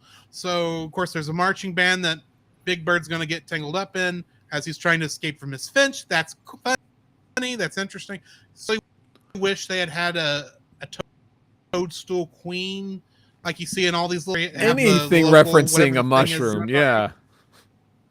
Yeah. It's like Yeah. the only thing they had was the sign that said, "Welcome to Toadstool." It's like, Right. why Toadstool? Can you give me something why you decided to name this one little Toadstool? Was this like, I don't know, is this like this area's major export? Is Toadstools? What's going on here? I don't know. Yeah. Thinking too hard about it. Part of my issue here. No. I Yeah. Anyway, the fact that the two Sleeves brothers have such a hard. It's not that they have a hard time catching Big Bird, because I really like that part where they're got that net pushed out the truck. That's going to be too small to catch Big Bird. Yeah. We know this Yeah. already. And of course, Bird just barely misses getting caught because he happened to bend over to pick something up. It's like, that's Right. clever. That's funny. But then the rest of the time, it's like, Sleeves brothers, how come you're having such a hard time finding a 6-year-old giant bird that is within 10 miles of you? He's kind of going to stand out like a sore thumb. There's only so far I can go because he's on foot. Because he gets a ride the one time from Waylon Jennings near the beginning of the film. So the rest of the time he's on foot. So I mean, you should be able to catch back up with him at some point. The fact that it was nearly the end of the film when he gets caught because he's looking for a place to hide, it just confused me that was like, why would you save this for the last minute instead of I don't know. I guess I was just wanting more. This is going to sound bad, but I was wanting Big Bird to be in more peril Yeah. than he actually Makes was. sense. Makes sense. Because You don't want kids For the to be most too part, scared, though. I know, but I Mhm. mean, at least if Big Bird was caught by the Sleaze brothers, it'd be like Pinocchio. We were fine with Pinocchio getting caught by the puppeteer. Yeah, it's true. It's kind of the same thing. I don't know. It just felt, even when the Sleaze brothers make an entrance, I was looking at them going, why are we showing you two watching this news report right now? Because we haven't introduced you at all. This is your introduction. I have no idea who you are. Yeah. Unfortunately, we'll see more of you. Yeah, it's like, it's weird. It's just, there's parts of this that is clever, and then it's immediately it's immediately flummoxed by things that are so simple. Yeah. It's too much of a juxtaposition between the cleverness and the simpleness. That's the best way I know how to put it Gotcha. throughout the entire film, and that kind of bugged me a little bit. Well, don't you see in Sesame Street, there's neither cleverness nor simpleness. You're all one. It's all mixed. You know what I mean? No, I get it. It is frustrating. I know what you mean. Yeah. Yes. In some ways, I kind of wish it was more like what I remember from Sesame Street, and would have random little like animations throughout, peppered throughout it from time to time for no good reason too. So I don't know what I'm expecting to see in there, because we did get at least one animation with Big Bird imagining what his new family would look like, but still, and that animation was good. True. Was. Anyway, So my second dislike of this film, one scene that drove me nuts, and well, most scenes with Oscar the Grouch made no sense. Oh no. For me anyway. He's the opposite. He's kind of like Francisco. Well, yeah, I know. You just got to go with the Superman. opposite of what he I'm says. aware of this. I'm aware of this. I'm fully and cottonly aware that he is opposite of everybody else. Be like, he's Oscar the Grouch for a reason. Right. The scene in particular that kind of just irked me a little bit was the scene where Oscar it's just a scene that comes out of nowhere and there's no context to anything. It's literally Oscar rolls up in what was it? the sloppy jalopy. No, not sloppy jalopy. No, he showed up in that junkyard. He Mhm. showed up in the junkyard, Yeah. and there was just like this one little scene. It was done, and it was just like, what is this? Oh. There's no there's no built to context of what's going on in the story. It's like, oh, Oscar Roth just wants to go there, and he's being stubborn. Right. It's just like, okay, Yeah, and then he 'cause- immediately goes somewhere else, and it's never picked up again. because he's a grouch. Right. I agree with that. He likes but there trash. again, this is yeah. What I Yeah, thought he you were going does to say they said that she said it was the wrong way, and then like a scene or two later, like he's caught up. Like, how did that happen? Yeah. Yeah, exactly. Yeah. Exactly. I don't have a problem with him showing up at the junkyard or forcing them to go to the Grouch diner or anything, Yeah. because that just seems like who Oscar the Grouch is. Correct. You're lucky you got him to drive his car, Right. to go look for Big Bird. Right. That You is just gotta true. kind of put up with the fact that he's going to go sightsee at all these big Grouch monuments, which the rest of us wouldn't care about seeing. Right. And granted, he does catch up very quickly with Yeah, they all with do. which it's just Yeah. like I remember what I said about the simpleness and cleverness Yeah. Yes. juxtaposition. That's Yes. kind of it. Yeah. That's kind of it. But at the same time, it was just more like be like doing this for 4 years. I'm like, it was one of those little nitpicks. I was like, what in the world is going on here? Also, you could have left out Count Von Count driving his car, because he doesn't show up half the film. That He is has true. no scenes once they leave Sesame Street. True. Well, he's counting the telephone poles or something. Yeah. Oh gosh.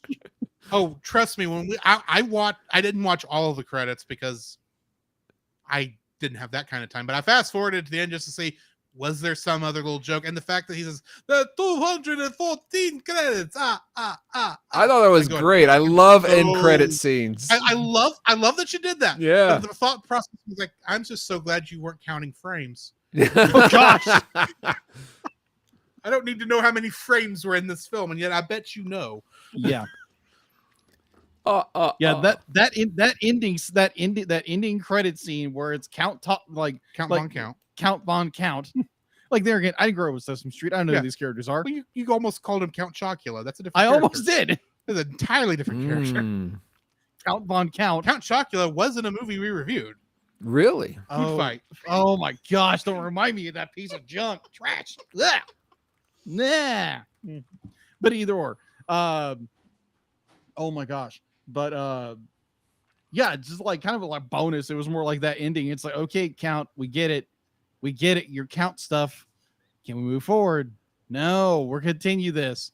I'm like, oh my, I can imagine. That's what he does. I know, but I can imagine the horror of the adults having to sit there and listen to this. I'm like, I'd be like, okay, we need to leave. No, it's still going. Yeah. I thought. Why It can't we doesn't go- leave? It doesn't go that long. It I know. only goes to I know. right before the cast list, and then he disappears until the very end Yeah. again. So, Oh, okay. It would've been- I'd be like, thankfully, yeah. It would have been great if he came out at the very end and said, 5,280 seconds we have just wasted of your life. Yes. you shall do this 37 more times once Marvel starts making movies. Oh man, that was good. That was good. Anywho, I think we need to rate this thing. yeah, I do think we need to rate this. Paul, what are you rating this film on a scale of from 1 to 10? From a scale of 1 to 10, well, my co-host Francisco Ruiz of the Retro Rewind podcast made a point for me to send this message to say that the rating of this film and every film has to be 3.5. If you reference the Fire and Ice show before with you guys, but if you follow that logic, if you rate everything 3.5, then what's the point of having a rating? So I'm going to go off and Exactly. I'm going to rate this in honor of Big Bird being 6 years old. I'm going to rate this a solid 6. All right. Fair. Right in the middle. That's probably the most fair rating. Yeah. Yeah. Just a little bit above, right in the middle. Good.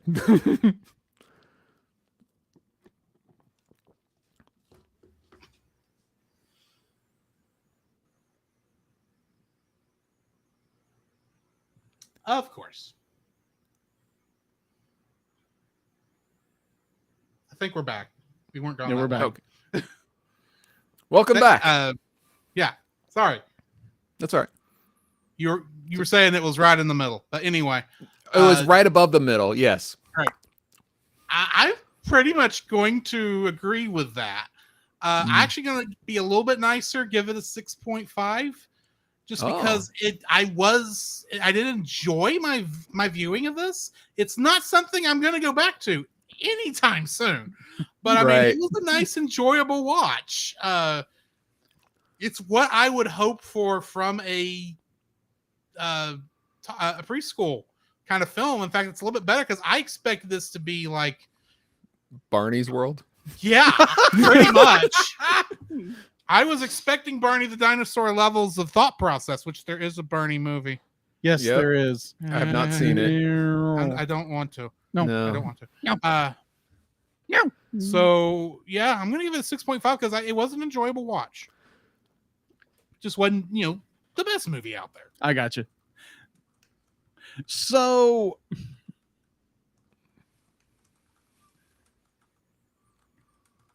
to mimic Captain Roy there, 3.5. It was actually a terrible film. Really? No, I'm not. Oh, Totally kidding. I was about to say. No. No, I'm not gonna say that because this is a cute little gem for what it was and the story it was trying to tell. I'd be like, it's not up my alley, any fashion or form.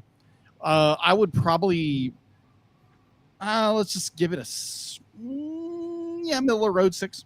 Give it a 6. Okay. It's one of those films where it's like, it's kind of like retro rewind, where it's a nostalgic. It's very nostalgic. Be like, do I want to go back and watch it? No. Fair enough. Well, on that note, join us after the bumpers, and we will get to talking about some what we've been watching, some stuff in the news, perhaps a little interrogation, and then we'll get into some X-Men. Yeah. Okay. You need anyone need breaks before we continue? No. I'm good. Okay. Yeah. For those of you who just pumped in and wondering why I'm not playing the bumpers right now, current setup is not allowing me to. So There is no we're doing everything post-production. So, yeah, this will be fun for me later on. Anyway, y'all ready to come back? Yes. Yeah. So, guys, I have a question for both of y'all. What have you been watching? Oh, yes. That was a bad way to do that. But anyway, Paul, why don't you start us off? What have I been watching? A lot of anime recently. There's always new anime coming out. I don't know how they do it, but By Sweatshop, from what I hear. yeah. Yes. Hopefully no, but like on Crunchyroll, I've been staying up to date with and I don't even know how to say some of these, like Mashal. It's basically it's the magic fighting. Yeah, it's the one hitman goes to Wizarding World, Hogwarts, basically. And I'm not joking, it's a total ripoff. Yeah. But it's fun. Some of it is such a ripoff, it's laugh out loud hilarious. A couple others I've been watching is I got a cheat skill in another world and became unrivaled in the real world too. It's one of those long ones. Jeez. Also, that's definitely an isekai title. Yeah. I think it's Tonikawa Over the Moon for You. Tonikawa, I started watching that. Yeah. I didn't finish it. In season 2, have you finished season 1?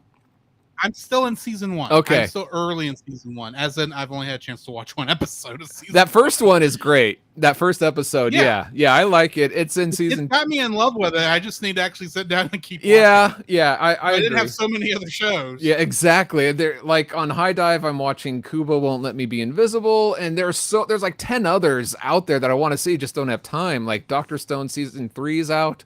I just don't. I hope to catch up with it later, but I'm still going through the Dragon Ball, the first series.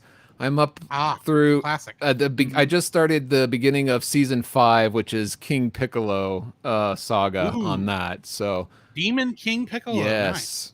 So that's what I've been up to lately, animation wise, for the Cell fans.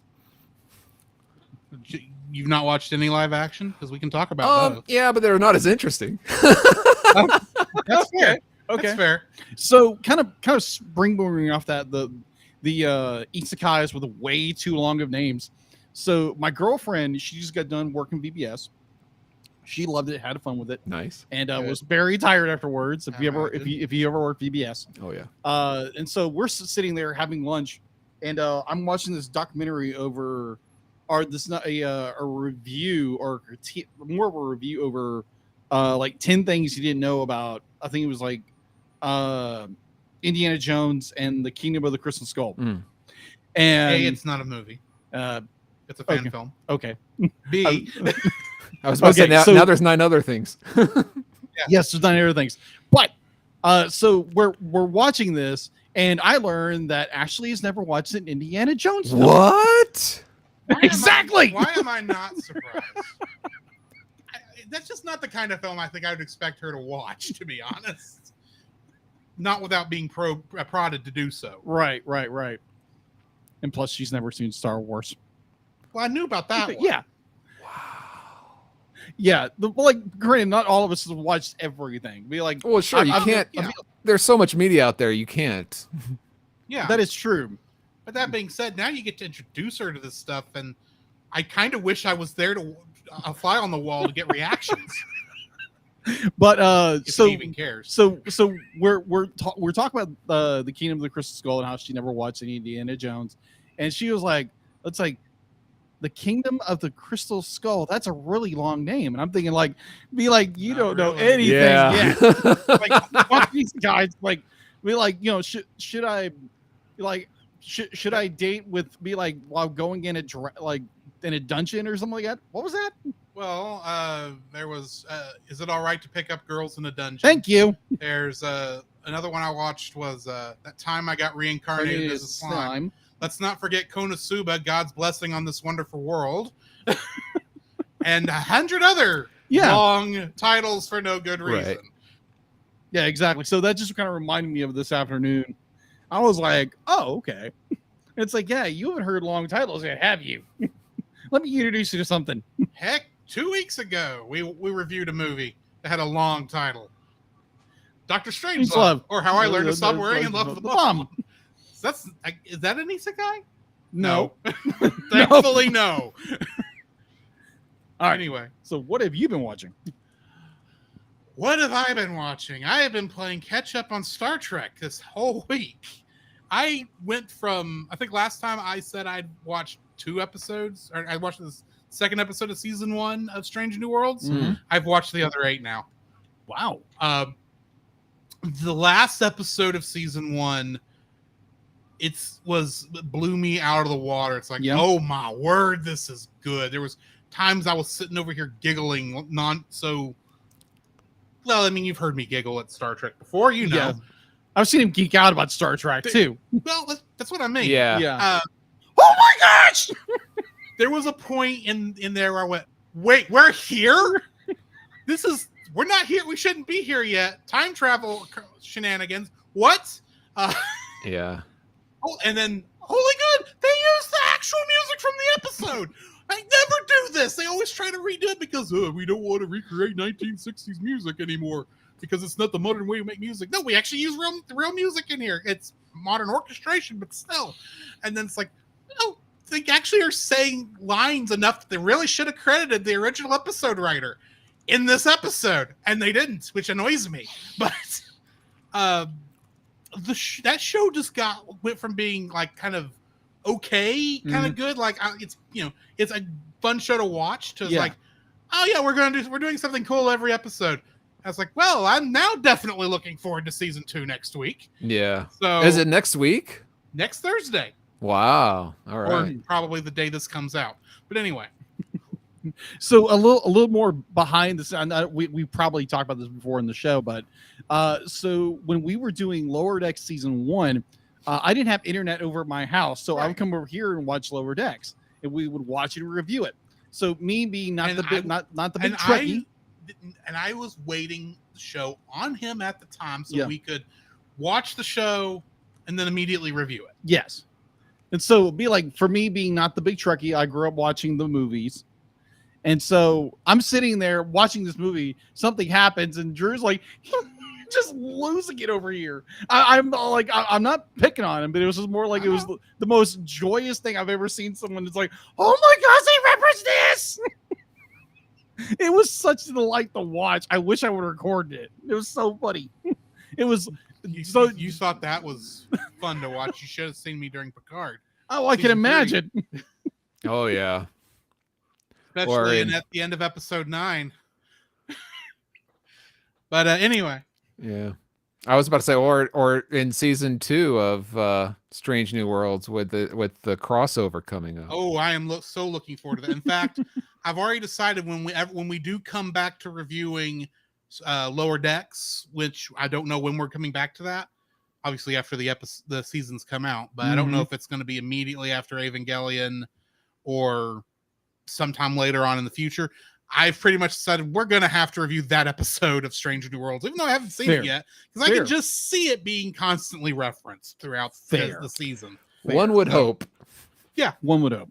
So anyway, also I watched another animated Star Trek show that at some point we may have to do on the animated series. It's a Nickelodeon Star Trek show that came out last year. Prodigy? Yeah. Huh.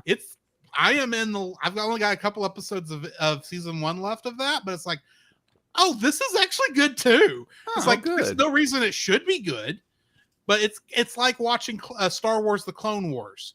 It's like, this is better than it has right to be because they're actually putting good thought into it. Huh. Nice. There's very few times where I look at it and go, that's not how that works. It's like, no, that's how this is. That is how. It's like, oh yeah, that is how that works. How did you pull that off? And you actually explained it in a way for kids to understand what's going on without talking down to them. Bravo. You explained the Prime Directive where it didn't sound like it was horrible. Amazing.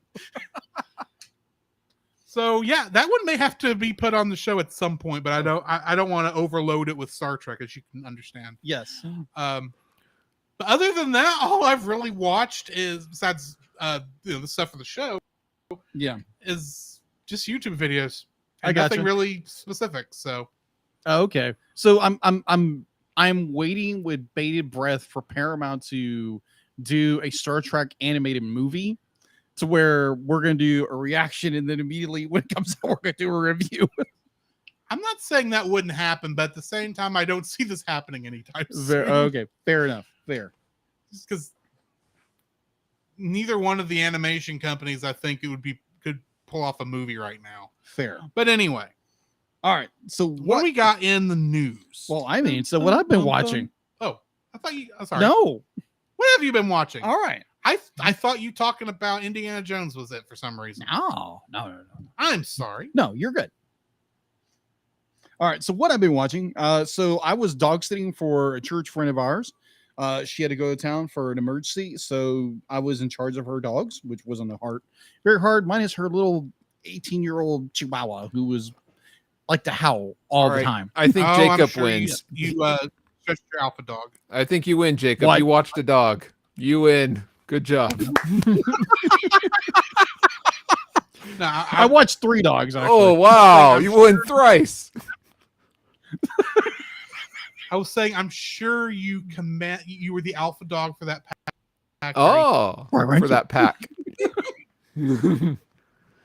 Oh my gosh! So while I was over there, I was watching. I watched the entire season of Reacher, which is based off the Lee Child's book, The Killing Floor, which is the first Jack Reacher book. And man, that's good. That is a good series. I would highly recommend it. It's on Amazon Video.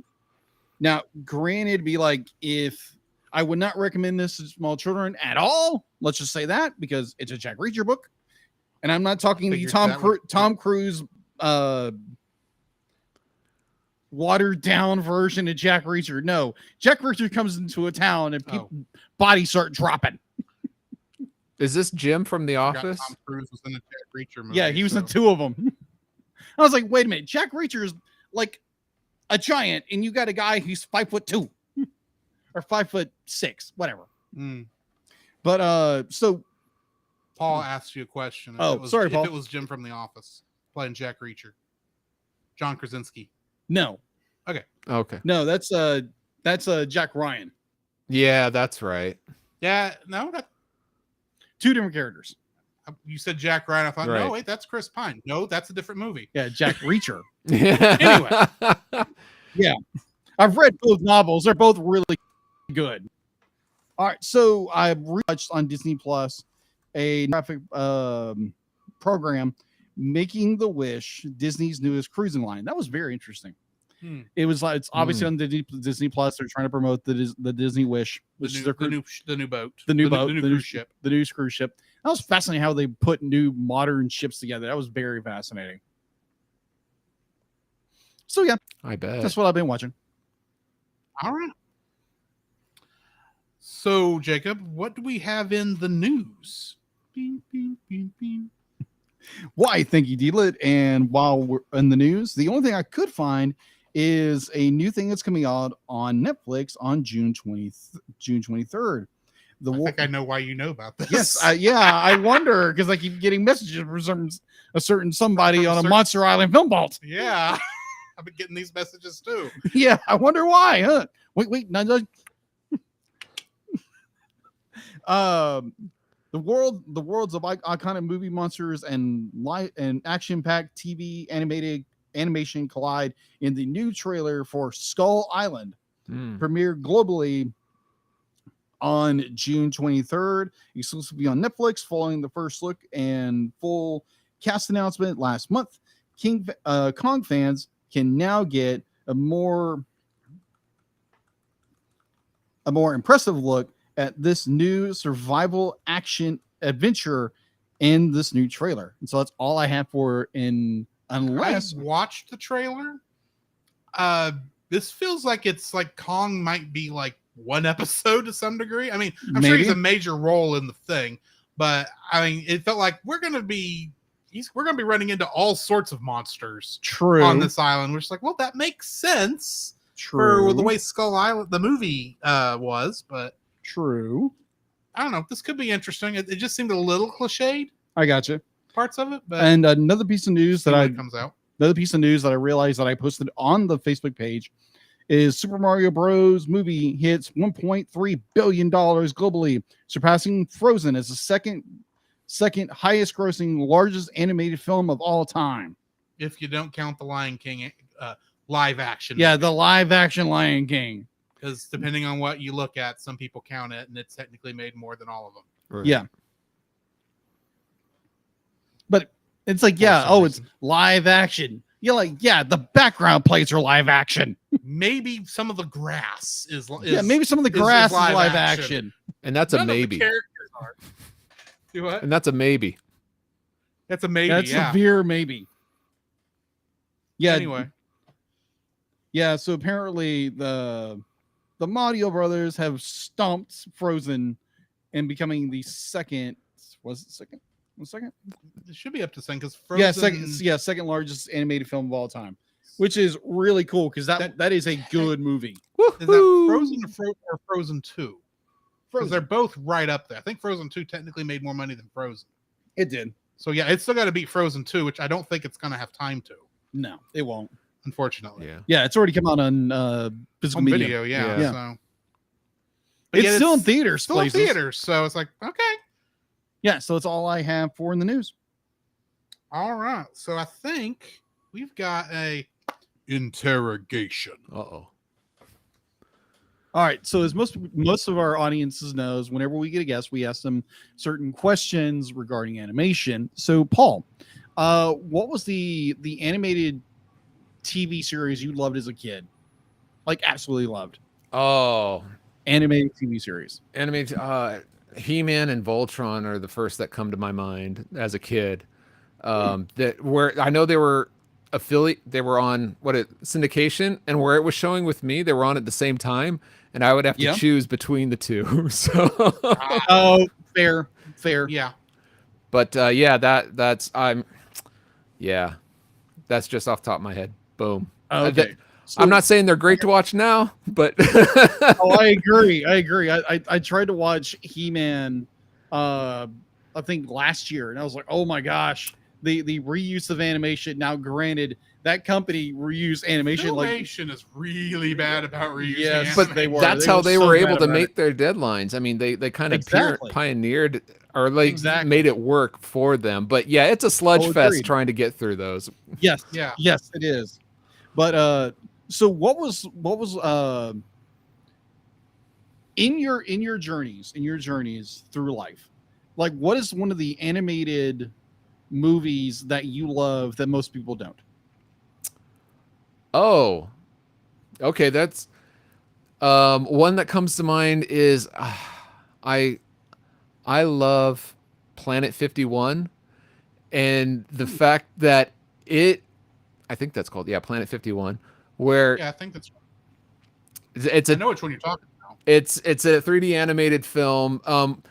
Yeah. It all the style it goes back to the 1950s of their view of aliens, and it's like a planet full of that style of aliens, and an astronaut from Earth comes to visit. Yeah. Most people just like, oh, this whatever. I love it because of all the references of back then. It's a fun turn your brain off, Oh, enjoy okay. the film. Oh, okay. Yeah, I had heard of this, and I think at one point I thought about putting it on the list, but it'll go on the list eventually because it sounds like one of these very oddball movies that came out in 2009. Yeah, Yeah, I remember when seeing it on end caps when I worked at Walmart. Mm. yeah. That's Okay. yeah, that's one that I love, but most people don't. All right. Favorite anime? Favorite anime That's mean. It's not mean. of all time. I think All time favorite. New or old? well, it's got to be old because it just I think you asked me that on the last time and I think I said it was ReZero for the favorite series. That's right. It Yeah. was. That's right. So That's right. I was trying to think maybe I have an anime movie off the top of my head. Okay. Cat Returns. No. And I think I said my Right, favorite an anime though. my favorite Oh, it is an anime. Never mind. Yeah. yeah, my favorite what do you call it? Man, I'm having such a brain fart today. The Studio Ghibli one is Princess Mononoke. I'll probably have to go with that. That's a good movie. That's a good movie. What's your least favorite animated movie? Least favorite animated movie. Oh my gosh. I know mine. I haven't seen Leo the Lion. I noticed you talked about. You chatted Yeah, about that last night and I in took our- that advice your of Facebook chat. not waste anybody's time with that. I don't know. I try to I'm gonna say I don't know because I try to forget those.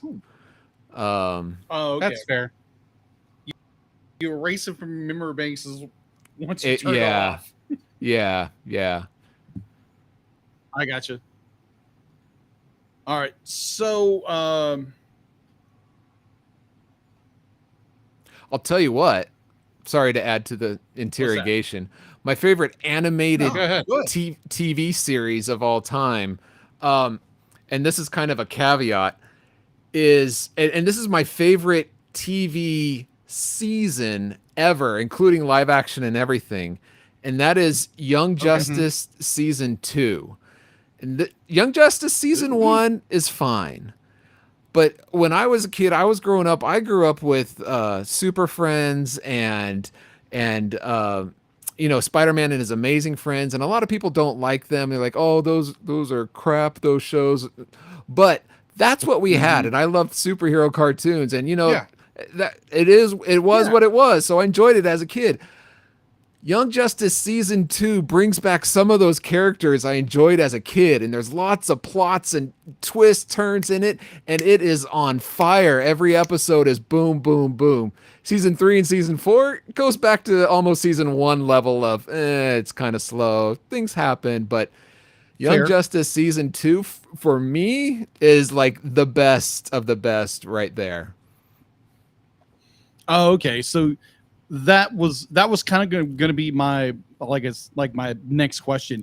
Be like, if you had kids, you're married, the whole bit. I don't know your marriage status yet, but be like, if you were to show your children, I don't know if you have children or not.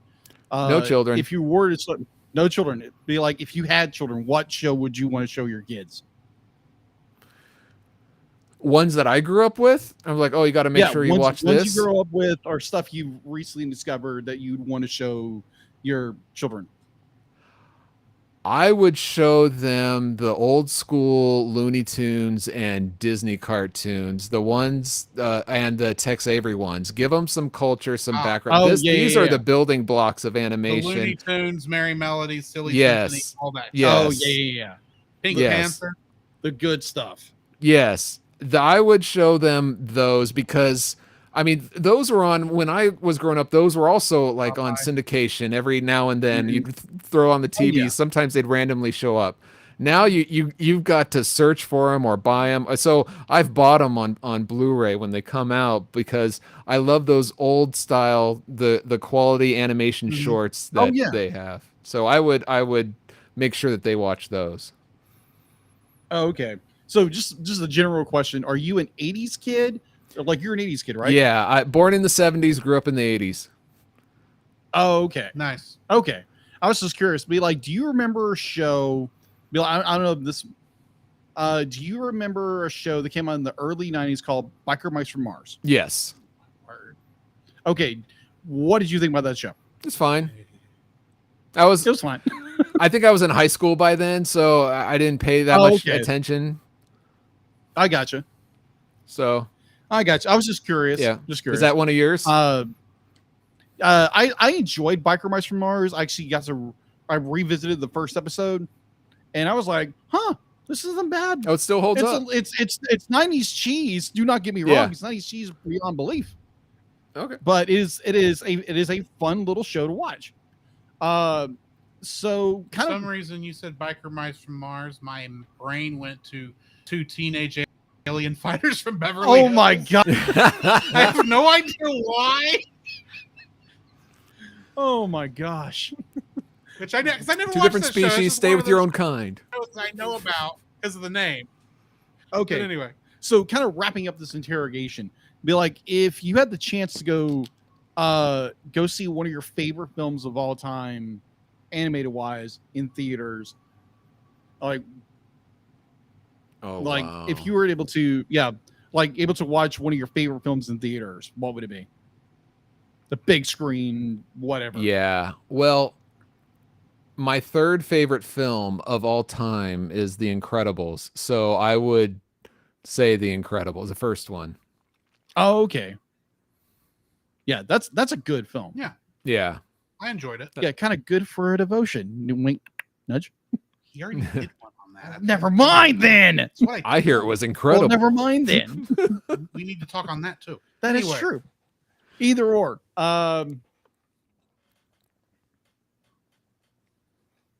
That it? Anime you would recommend to someone who is not into anime. Oh, He needs recommendations for his girlfriend. yeah. No. Well, I would have to go in and say that anime, just like animation, is not a genre. So I would have to ask, what genre do you like, and then base an anime off of that.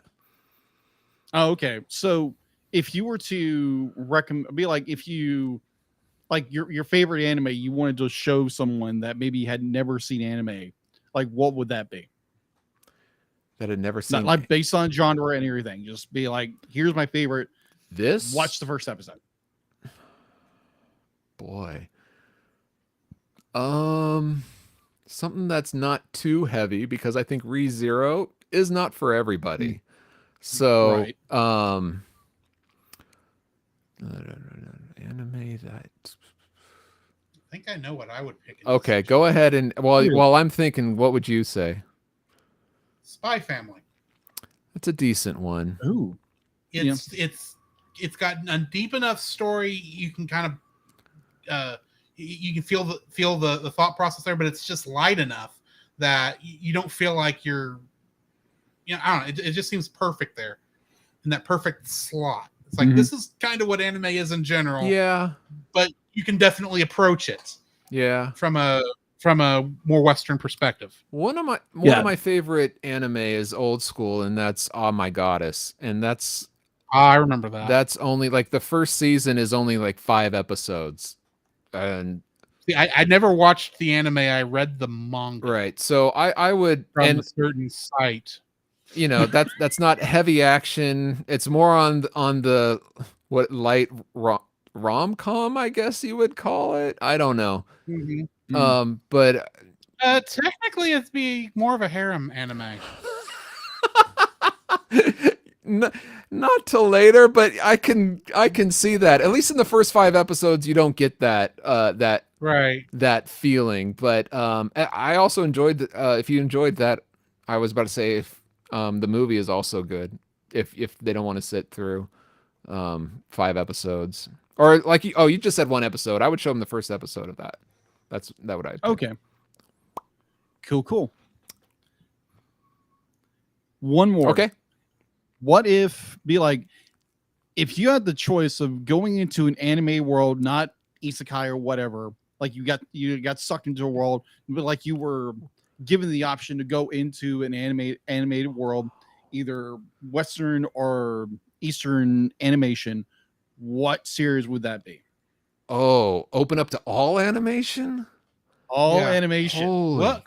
What animated world do you want to live in? Oh my goodness. Wow, what a question. I love the question just because my mind is just expanding more and more with all the different worlds I'm thinking of, all the different possibilities. Because like I said, anime and animation is not a genre. I mean, there's just so many.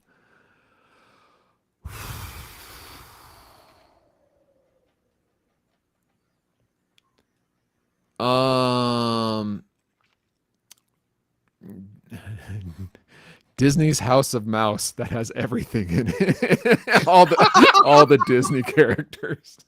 Oh my gosh, that's clever. That's genius. All right, so I think we're done with the interrogation, and let's. No, I don't have any questions. Okay, good. So I guess now we need to jump into our talk on X-Men.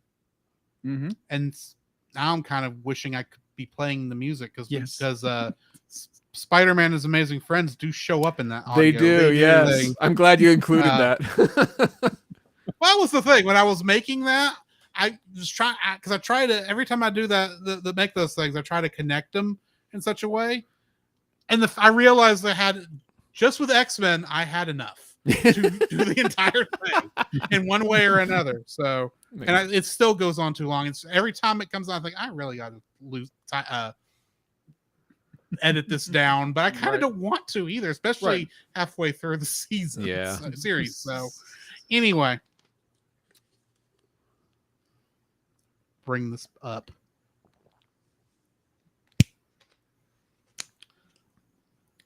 X-Men the animated series, season 3. Did you catch what's the episode number on this? Technically, I didn't get it written down. Episode 8. Episodes 8 and 9. Savage Land Strange Heart, Part 1 and 2, originally aired on September 10th, 1994, and September 17th, 1994, respectively. Directed by Larry Houston, and both episodes were written by Marty Eisenberg and Robert M. Skier. And these episodes, separated from the rest of the X-Men, Storm is encouraged by Sauron to free her inner tempest of energy, awakening Garrock. And then Garrock fuses with the island's volcano and the surging planetary force below it. Getting into the guest cast, Robert Boxdale played both Sauron and Khazar, which are technically the same guy, but also different personalities. And then Lisa Dalbelio played Xanadane. For whatever reason, I could not find a voice actor who played Garrock in his few lines. So that's fun.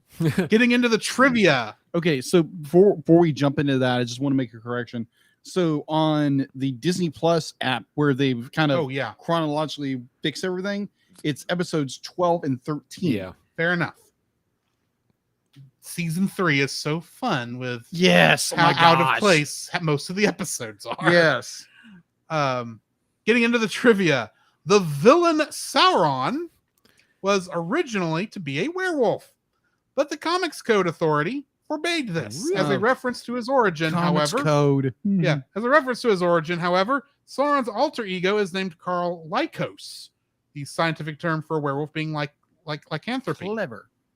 Wow. And as you probably can guess, in the comics, Sauron takes his name from the titular villain of J.R.R. Tolkien's The Lord of the Rings, and how they didn't get sued is beyond my knowledge. Yeah. Which was popular and still very new in 1969 when the character was introduced. The character's usual nemesis, Magneto, playing sound clip here, was played in the live-action films by Sir Ian McKellen, who went on to play Gandalf in the Lord of the Rings films. Mm-hmm. And as a goof in the second episode, Storm's red comm badges appear and disappear from shot to shot during the battle with Garrick.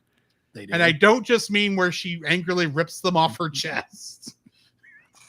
There were so many flashing lights and such, I didn't even notice. Yeah. Yeah, I didn't notice this either, but that's what came up when I was looking up trivia. Paul, what are your thoughts on this episode? Oh my. And I assume you watched X-Men the animated series before. Yeah, growing up, I was in high school when this was on, but also I was collecting comics and reading comics, and I found these stories were in the comics, and I thought the comics were better written and better drawn as well than the animated series. So I often didn't watch this animated series, but I did later watch some of the X-Men Evolution series more. I like that animation style more, and I hadn't read the stories. So I did see a few. It's got a catchy theme song, even though it's a ripoff. You have to watch another Cellcast or listen to another Cellcast episode on that. I forget who it was by, but anyway, you don't remember that? Ron Wasserman? Do what? Is he the one who wrote the X-Men theme song? No. Oh man, I'll have to research and find it later. But I'm sure it came up before, and I just don't remember it. Yeah. So I had seen a few episodes, and I was happy to revisit this just because I enjoyed the X-Men going back. My thoughts are, welcome back to Jurassic Park, I guess. Yes. After last week? Yes. Barney's back. Yeah. Hey. I had a lot more questions than I did anything while watching this show. Like, apparently you can just fly to this island, but nobody does there's no normal people here. Like, there's not an airport or anything. It's all savage things, but apparently the X-Men can go back and forth. The Savage Land makes no sense to me as a location. Yeah. In Marvel. Yeah. I'm kind of glad Marvel has not, the MCU has not gone there yet. Yeah. I thought at first I was thinking the main villain, this ancient rock guy, I thought it was going to be somebody that I knew, like it was really Mr. Sinister or somebody who I recognized, but and then the reveal is like, oh, it's somebody new. Well, I guess that's good because it's somebody new. That makes things interesting. But I did not expect it's just basically a kaiju battle at the end for the finale. Yeah, yes, agreed. A very short, disappointing kaiju battle at the very end. Yeah. Yeah, but I thought it was fun to see those characters. I was questioning where the other X-Men were. Like, what are they doing when all this is happening? Why aren't they helping? They said a very quick line that everybody else was on Muir Island watching over Jean, which chronologically this would have when it was released. This was your only clue that Jean Grey was still alive after. I was like, Phoenix what Saga. in the world? Because like Wolverine said, be like, yeah, they're watching over Jeannie like she's like something. I was like, what? Wait, where am I getting? Where did this happen? When did this happen? Yeah. Yeah. So and you need all of them to watch. Like, anyway. Well, that makes sense. Well, I mean, we're only really talking Cyclops and Professor Xavier. Yeah. And of course, Jean. being the only 3 that were missing of the normal cast. Gambit. Oh yeah, Gambit was gone. I was, and Why wouldn't is Gambit- Colossus not part of this? Colossus is not an X-Man yet in this continuity. Yeah. He's shown up in 2 separate episodes, Yeah. but he doesn't stick around, even though he's wearing essentially his X-Men uniform. I think in the Yeah. second one he is. Yeah. Yeah. I'm sorry. I like I said, I'm more in the comics, so I'm thinking like, okay, where's Iceman? Where's Iceman? Iceman was in the Iceman's in jail at this point Right. after the last episode. Okay, yeah. Sorry, I didn't watch all the episodes leading up to this, but No, this no, is you're what I fine. was thinking. You're fine. Yeah. I'll give you the quick rundown. Iceman is in maximum security prison because he tried to break into a maximum security place. Yeah. And the X-Men kind of barely stopped him. And then Angel, who is now Archangel, Yeah. we have no idea where the crap he is, other than That's- he's just still angry at Apocalypse. Apocalypse. Fair enough. That's where the others are. Yeah. Okay. Nightcrawler hasn't shown up yet. And oddly enough, there is a flashback, I think like an earlier part of the season, where they do show the original X-Men, Yes. and there's Archangel's there and Bobby's there. Bobby's there. Mhm. They're fighting Magneto, Yeah. which as I pointed out in that episode, makes no sense continuity-wise. Yeah. Because nobody knew who Magneto was when he showed up Except in for episode Charles. 3. Oh my word! This show is off the rails. Yeah, agreed. It was the 90s after all. It's a cheap '90s show. I get that, Right. but it is hitting above its weight class for like most of it. Because Yeah. this is almost nostalgic for no good reason. That makes is- sense. That is true. But yet I'm enjoying watching it, and I'm still looking forward to X-Men '97 whenever it comes out. Yeah, I'm Yeah. interested to see what they do with that. Mm-hmm. Since most of the original cast is returning, so Mhm. Oh, nice. I wonder if Magneto will be a villain. no, actually, they said it's going to start off with the trial of Magneto. Oh, okay. So I bet he's not, and I think they already showed off his lovely giant M costume. Yes. You know the one I'm talking about? Yeah. I think it was from the early, like the 80s. It's his first time he was a hero character. Oh, okay. So he's not When he was running Xavier's school. Oh. Although some of that, I may be getting some of my comics lore there from the audio drama, which is not necessarily correct. But anyway, I gotcha. anywho, this was a weird episode. These Just episodes were a weird. little. First off, I had no idea Sauron could hypnotize people by staring into their eyes. Well, he did that previously. There's Didn't he so do much that with of that Rogue last time or no? he showed up, I don't remember it. Ah. Which I was like, oh, you're here. Okay. Who are you again? What's going on here? Why do I feel like we've lost a lot of lore in 5 stories, basically? Because this season has had a lot of multi-part episodes. True. So I still don't get the Savage Land and would be happy if we never came back here. It's really bad that I preferred the Mojo stuff to this. Oh wow. Hey, at least we're going into the Dark Phoenix saga next. Yeah. Speaking of stuff that reminds me of going into Phoenix sagas, the to be continued at the end of part 1 of this. Yeah. Oh. That was so bad. Yeah. You don't have to be this. This is not quite as bad as the end of the first 2-parter right before Phoenix Saga, where we Yeah. had the worst flame graphic. Oh I have my ever gosh, seen that on was TV. terrible. But So this is not terrible. quite that Cringy. bad, but it's like, oh my word, this is so 90s it hurts. Uh-huh. But I was about to say, somebody was excited when they were making that. We're gonna have like Oh, the yeah. letters come Oh, in yeah, they too were bouncing and their seats. swirling, and it's gonna be amazing. And you're like, all right, I get it. Let's go. Let's go. That did Come not on. age well. That did not age well at all. And then there's another shot, I think, in the second episode where you can tell they composited the animated characters over like an actual shot of the sky. A Oh, live wow. action That's shot of right. the sky. It's like, That's right. what happened here? Did y'all run out of money again? You just needed this 2-second shot that you had time to animate the characters, but not to draw another background. Another grayscale cloudy shot. Yeah, they spent their money on the to be continued. That's what, that's what happened. Oh my word. This was an interesting episode, I would say, where Yeah. like we do get to understand like who Sauron is and who his alter ego is and why he does this. And all of that was interesting. It just was kind of like, okay. Yeah. I still don't know who any of these Savage Land people are and why I should care about them. Oh, I was about to say you don't. No, You yeah. don't care who they are. They're just characters in the background. And Yeah.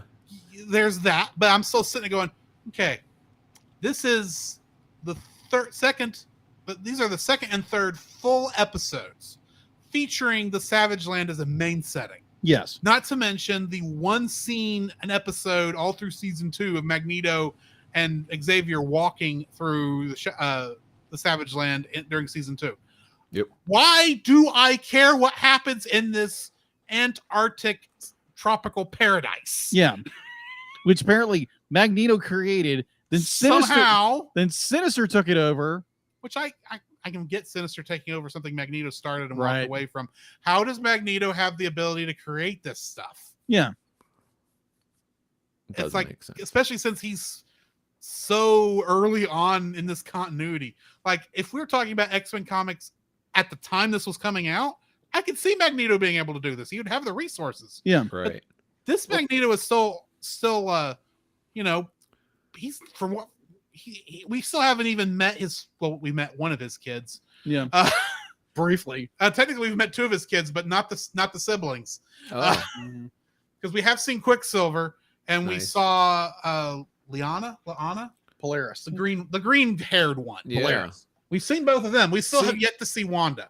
And that's one of the main reasons why I didn't watch this is because I had read the comics, which made a lot more sense. And when like Days of Future Past, that whole thing, when they did that, it was so lame compared to the real thing. So it just frustrated me. I can see that.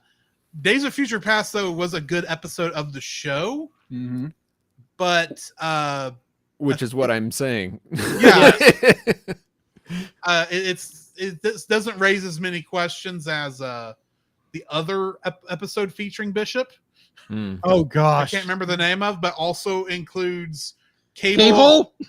After we'd already met Cable and reintroduced who his character was. It's like, but we already saw you as a mercenary, Yeah. I'm from the future. and now you're from the future. I need an explanation here why That there's 2 versions of you running around. Tiny Right, wibbly right. wobbly stuff, you know. You know what? If X-Men 97 actually goes in and tries to fix a bunch of these plot holes where it makes sense, I'll accept that. I don't think it will, No, but they have other So- stories to mess up. So yeah. that is true. So going to the point you had, Paul, with be like you grew up watching, like not watching, but reading the comics. Right. Like you watch the comics where for me, X-Men the animated series, Spider-Man the animated Yeah, series. these were my introduction. These were our introductions into comic books. Right. So I can So- see well, that Marvel. if you're going Marvel that comics, direction, that's cool. But for me, who's coming the opposite direction, it's like, Yeah, I totally see that. Yeah. Well, also, as a kid, half this stuff does not stand out as an issue, especially when you're watching it completely out of order. Right. Yeah, that's true. Yeah. Because as a kid watching it in the context, and it's like, wow, this is really cool. Right. If you have And now as an adult, understanding more like the lore of what was really going on with the stories, it's like, oh, okay, this doesn't really match what they were doing in the comics, right, but it works for what they were doing in the show. sorta, because we still doesn't still make have any so sense. many Sort- questions. It sort of works. Sort of works. Yeah, but for the show's sake, They it were trying worked. to do their own thing, but trying to keep to the source. Yeah, Yeah. this show is a good example of forcing something to fit that doesn't fit. Yeah. It's Saban at their most Saban-ist is the Mm. best way I know how to put this. Mm. Because Power Rangers, Mighty Morphin Power Rangers, kind of has the same issue, except they're much simpler stories than what X-Men is trying to pull true. off. Yeah. True.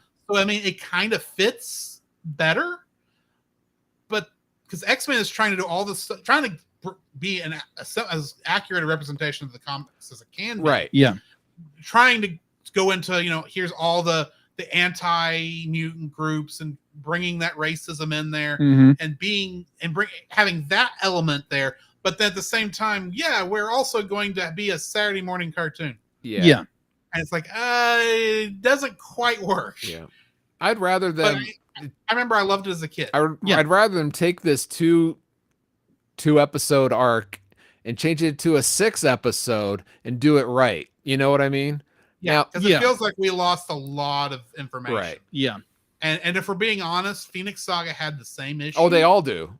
Yeah, And I have a feeling Dark Phoenix Saga, they all do. while I still think it will be better than the 2 live action movies Oh, about the Dark gosh. Phoenix Saga, I don't think it's going to be much better. No. Well, in any case, be like, you're never going to appease everybody That's with true. everything. I agree with that. And for the most part, it's not like I'm not enjoying watching this, Yeah. going back into it. Right. So Yeah, because there again, be like looking at it from both perspectives. You see like how they did the Phoenix Saga in the TV show, how in this show, I was like, wow, this is really cool. And then understanding how they did it in the comics, and it's like, that's cooler. Right. But at the Yeah. same time, you got this continuity. It's like, okay, so you're running both in your head Right. as someone who grew up watching it mhm. and then understanding it later. Yeah. It's like, okay, that And since Dark Phoenix Saga is actually one of the stories I'm most familiar with in the comics, there's no way they're going to wrap this up in 4 episodes. no. And to be fair, And- just I'm curious if they're going to rename the Hellfire Club, since the Oh, word they hell do. is in the name of that They do. organization. They do. and I was about to say, Because that would not have been allowed on Fox Kids. no, it's called the Definitely nice. Shadowland Club. I don't know. Shadow. No, that would have been if it shadow. was. That would have been if it was 4 kids. Yeah. Oh gosh. It'd be the Shadow Realm Club. Yeah. But I was about to say, to be This is fair, come on. This will be the Hope for Infinite Losers Club. but also the comics, that's not to say the comics were perfect and they didn't have their own questionable things happening on their end too. So True. That's fair. Anyway, we all have anything else before we finish up tonight? I think we're good. Okay, y'all notice that I did not mention what movie we're reviewing next week No. because we're taking next week off because you are going to go elsewhere. Yeah, me and my girlfriend will go watch Wicked somewhere in the Houston area. Wicked. Right. Yeah, exactly. Nice. We both didn't realize at the time we both loved the musical, or at least the music, because we'd never seen it. So we were literally sitting, I think we were like had been dating for like, I think it was like 6 to 9 months. And literally sitting there, it's like I'm thinking about Wicked, and she's like, it's like, hey, have you ever seen Wicked? No. Do you like the music? Yes. Be like, hey, they got tickets for a really good price here in Houston. And it's like, why not? So yeah, we're going next week. Nice. There you go. So the week after that, Yes. we are going to be reviewing Hunchback of Notre Dame. Which I recently watched. I was about to I've say, seen- you just saw that one. So I thought I've you were seen it going once. to be reviewing the second one. But okay, the first one. No, we no. haven't actually reviewed the first one yet. Not yet. So, Nice. I watched it for the first time a couple of weeks ago. and I can tell you, even though we didn't have any Kingdom Hearts connections this week, we're going to You have will. a heck of a lot next week, It's to make up for the lack of recently. since there was an actual Hunchback of Notre Dame level in a Kingdom Hearts game, which still weirds me out, all things considered. But yeah, and then of course we're jumping into Dark Phoenix Saga on X-Men next Mhm. week, or week after next. So join us for that. Yep. You have anything else before we cut out of here? I already asked that question.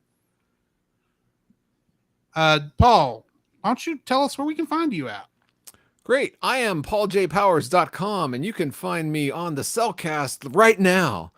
But you can also find me elsewhere at pauljpowers.com. All right. All right. So just for information, apparently in X-Men the Animated Series, the Hellfire Club has been turned to the Inner Circle Club. That's not as fun as the Home for Infinite Losers Club. Yeah. So true. Or the 7 Circles of Hell Club. I'll just call it Seven Circles. Yeah. There we go. It's That would like- actually be a cool name. Yeah. Or Seventh Circle. Anyway. Yeah. I guess that's going to be it for us, guys. In the meantime, this has been Drew. This is Jacob. And this is pauljpowers.com. And you well, and and we'll catch you in the next frame. And then the ending theme plays.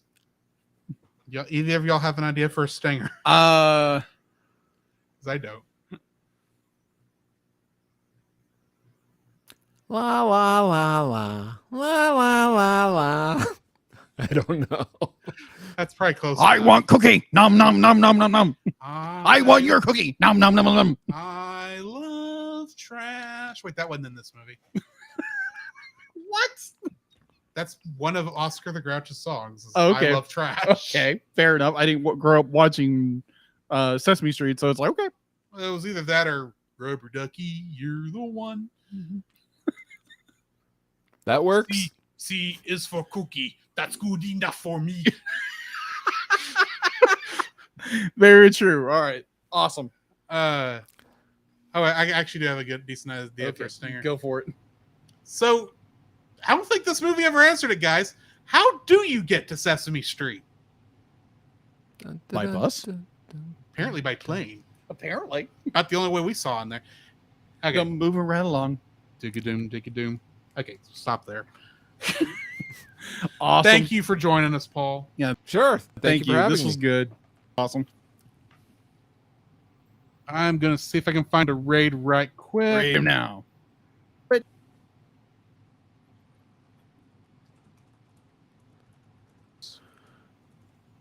If We it actually are getting out of here really early. yeah, this was really nice. Get into it because We I can't- followed that bird it's gonna right take me through so long the to log exit. in. So we're not raiding nobody. Yeah. Thank Yeah. y'all for joining Oh, us, sorry, and we will folks. catch y'all later. Later. On the next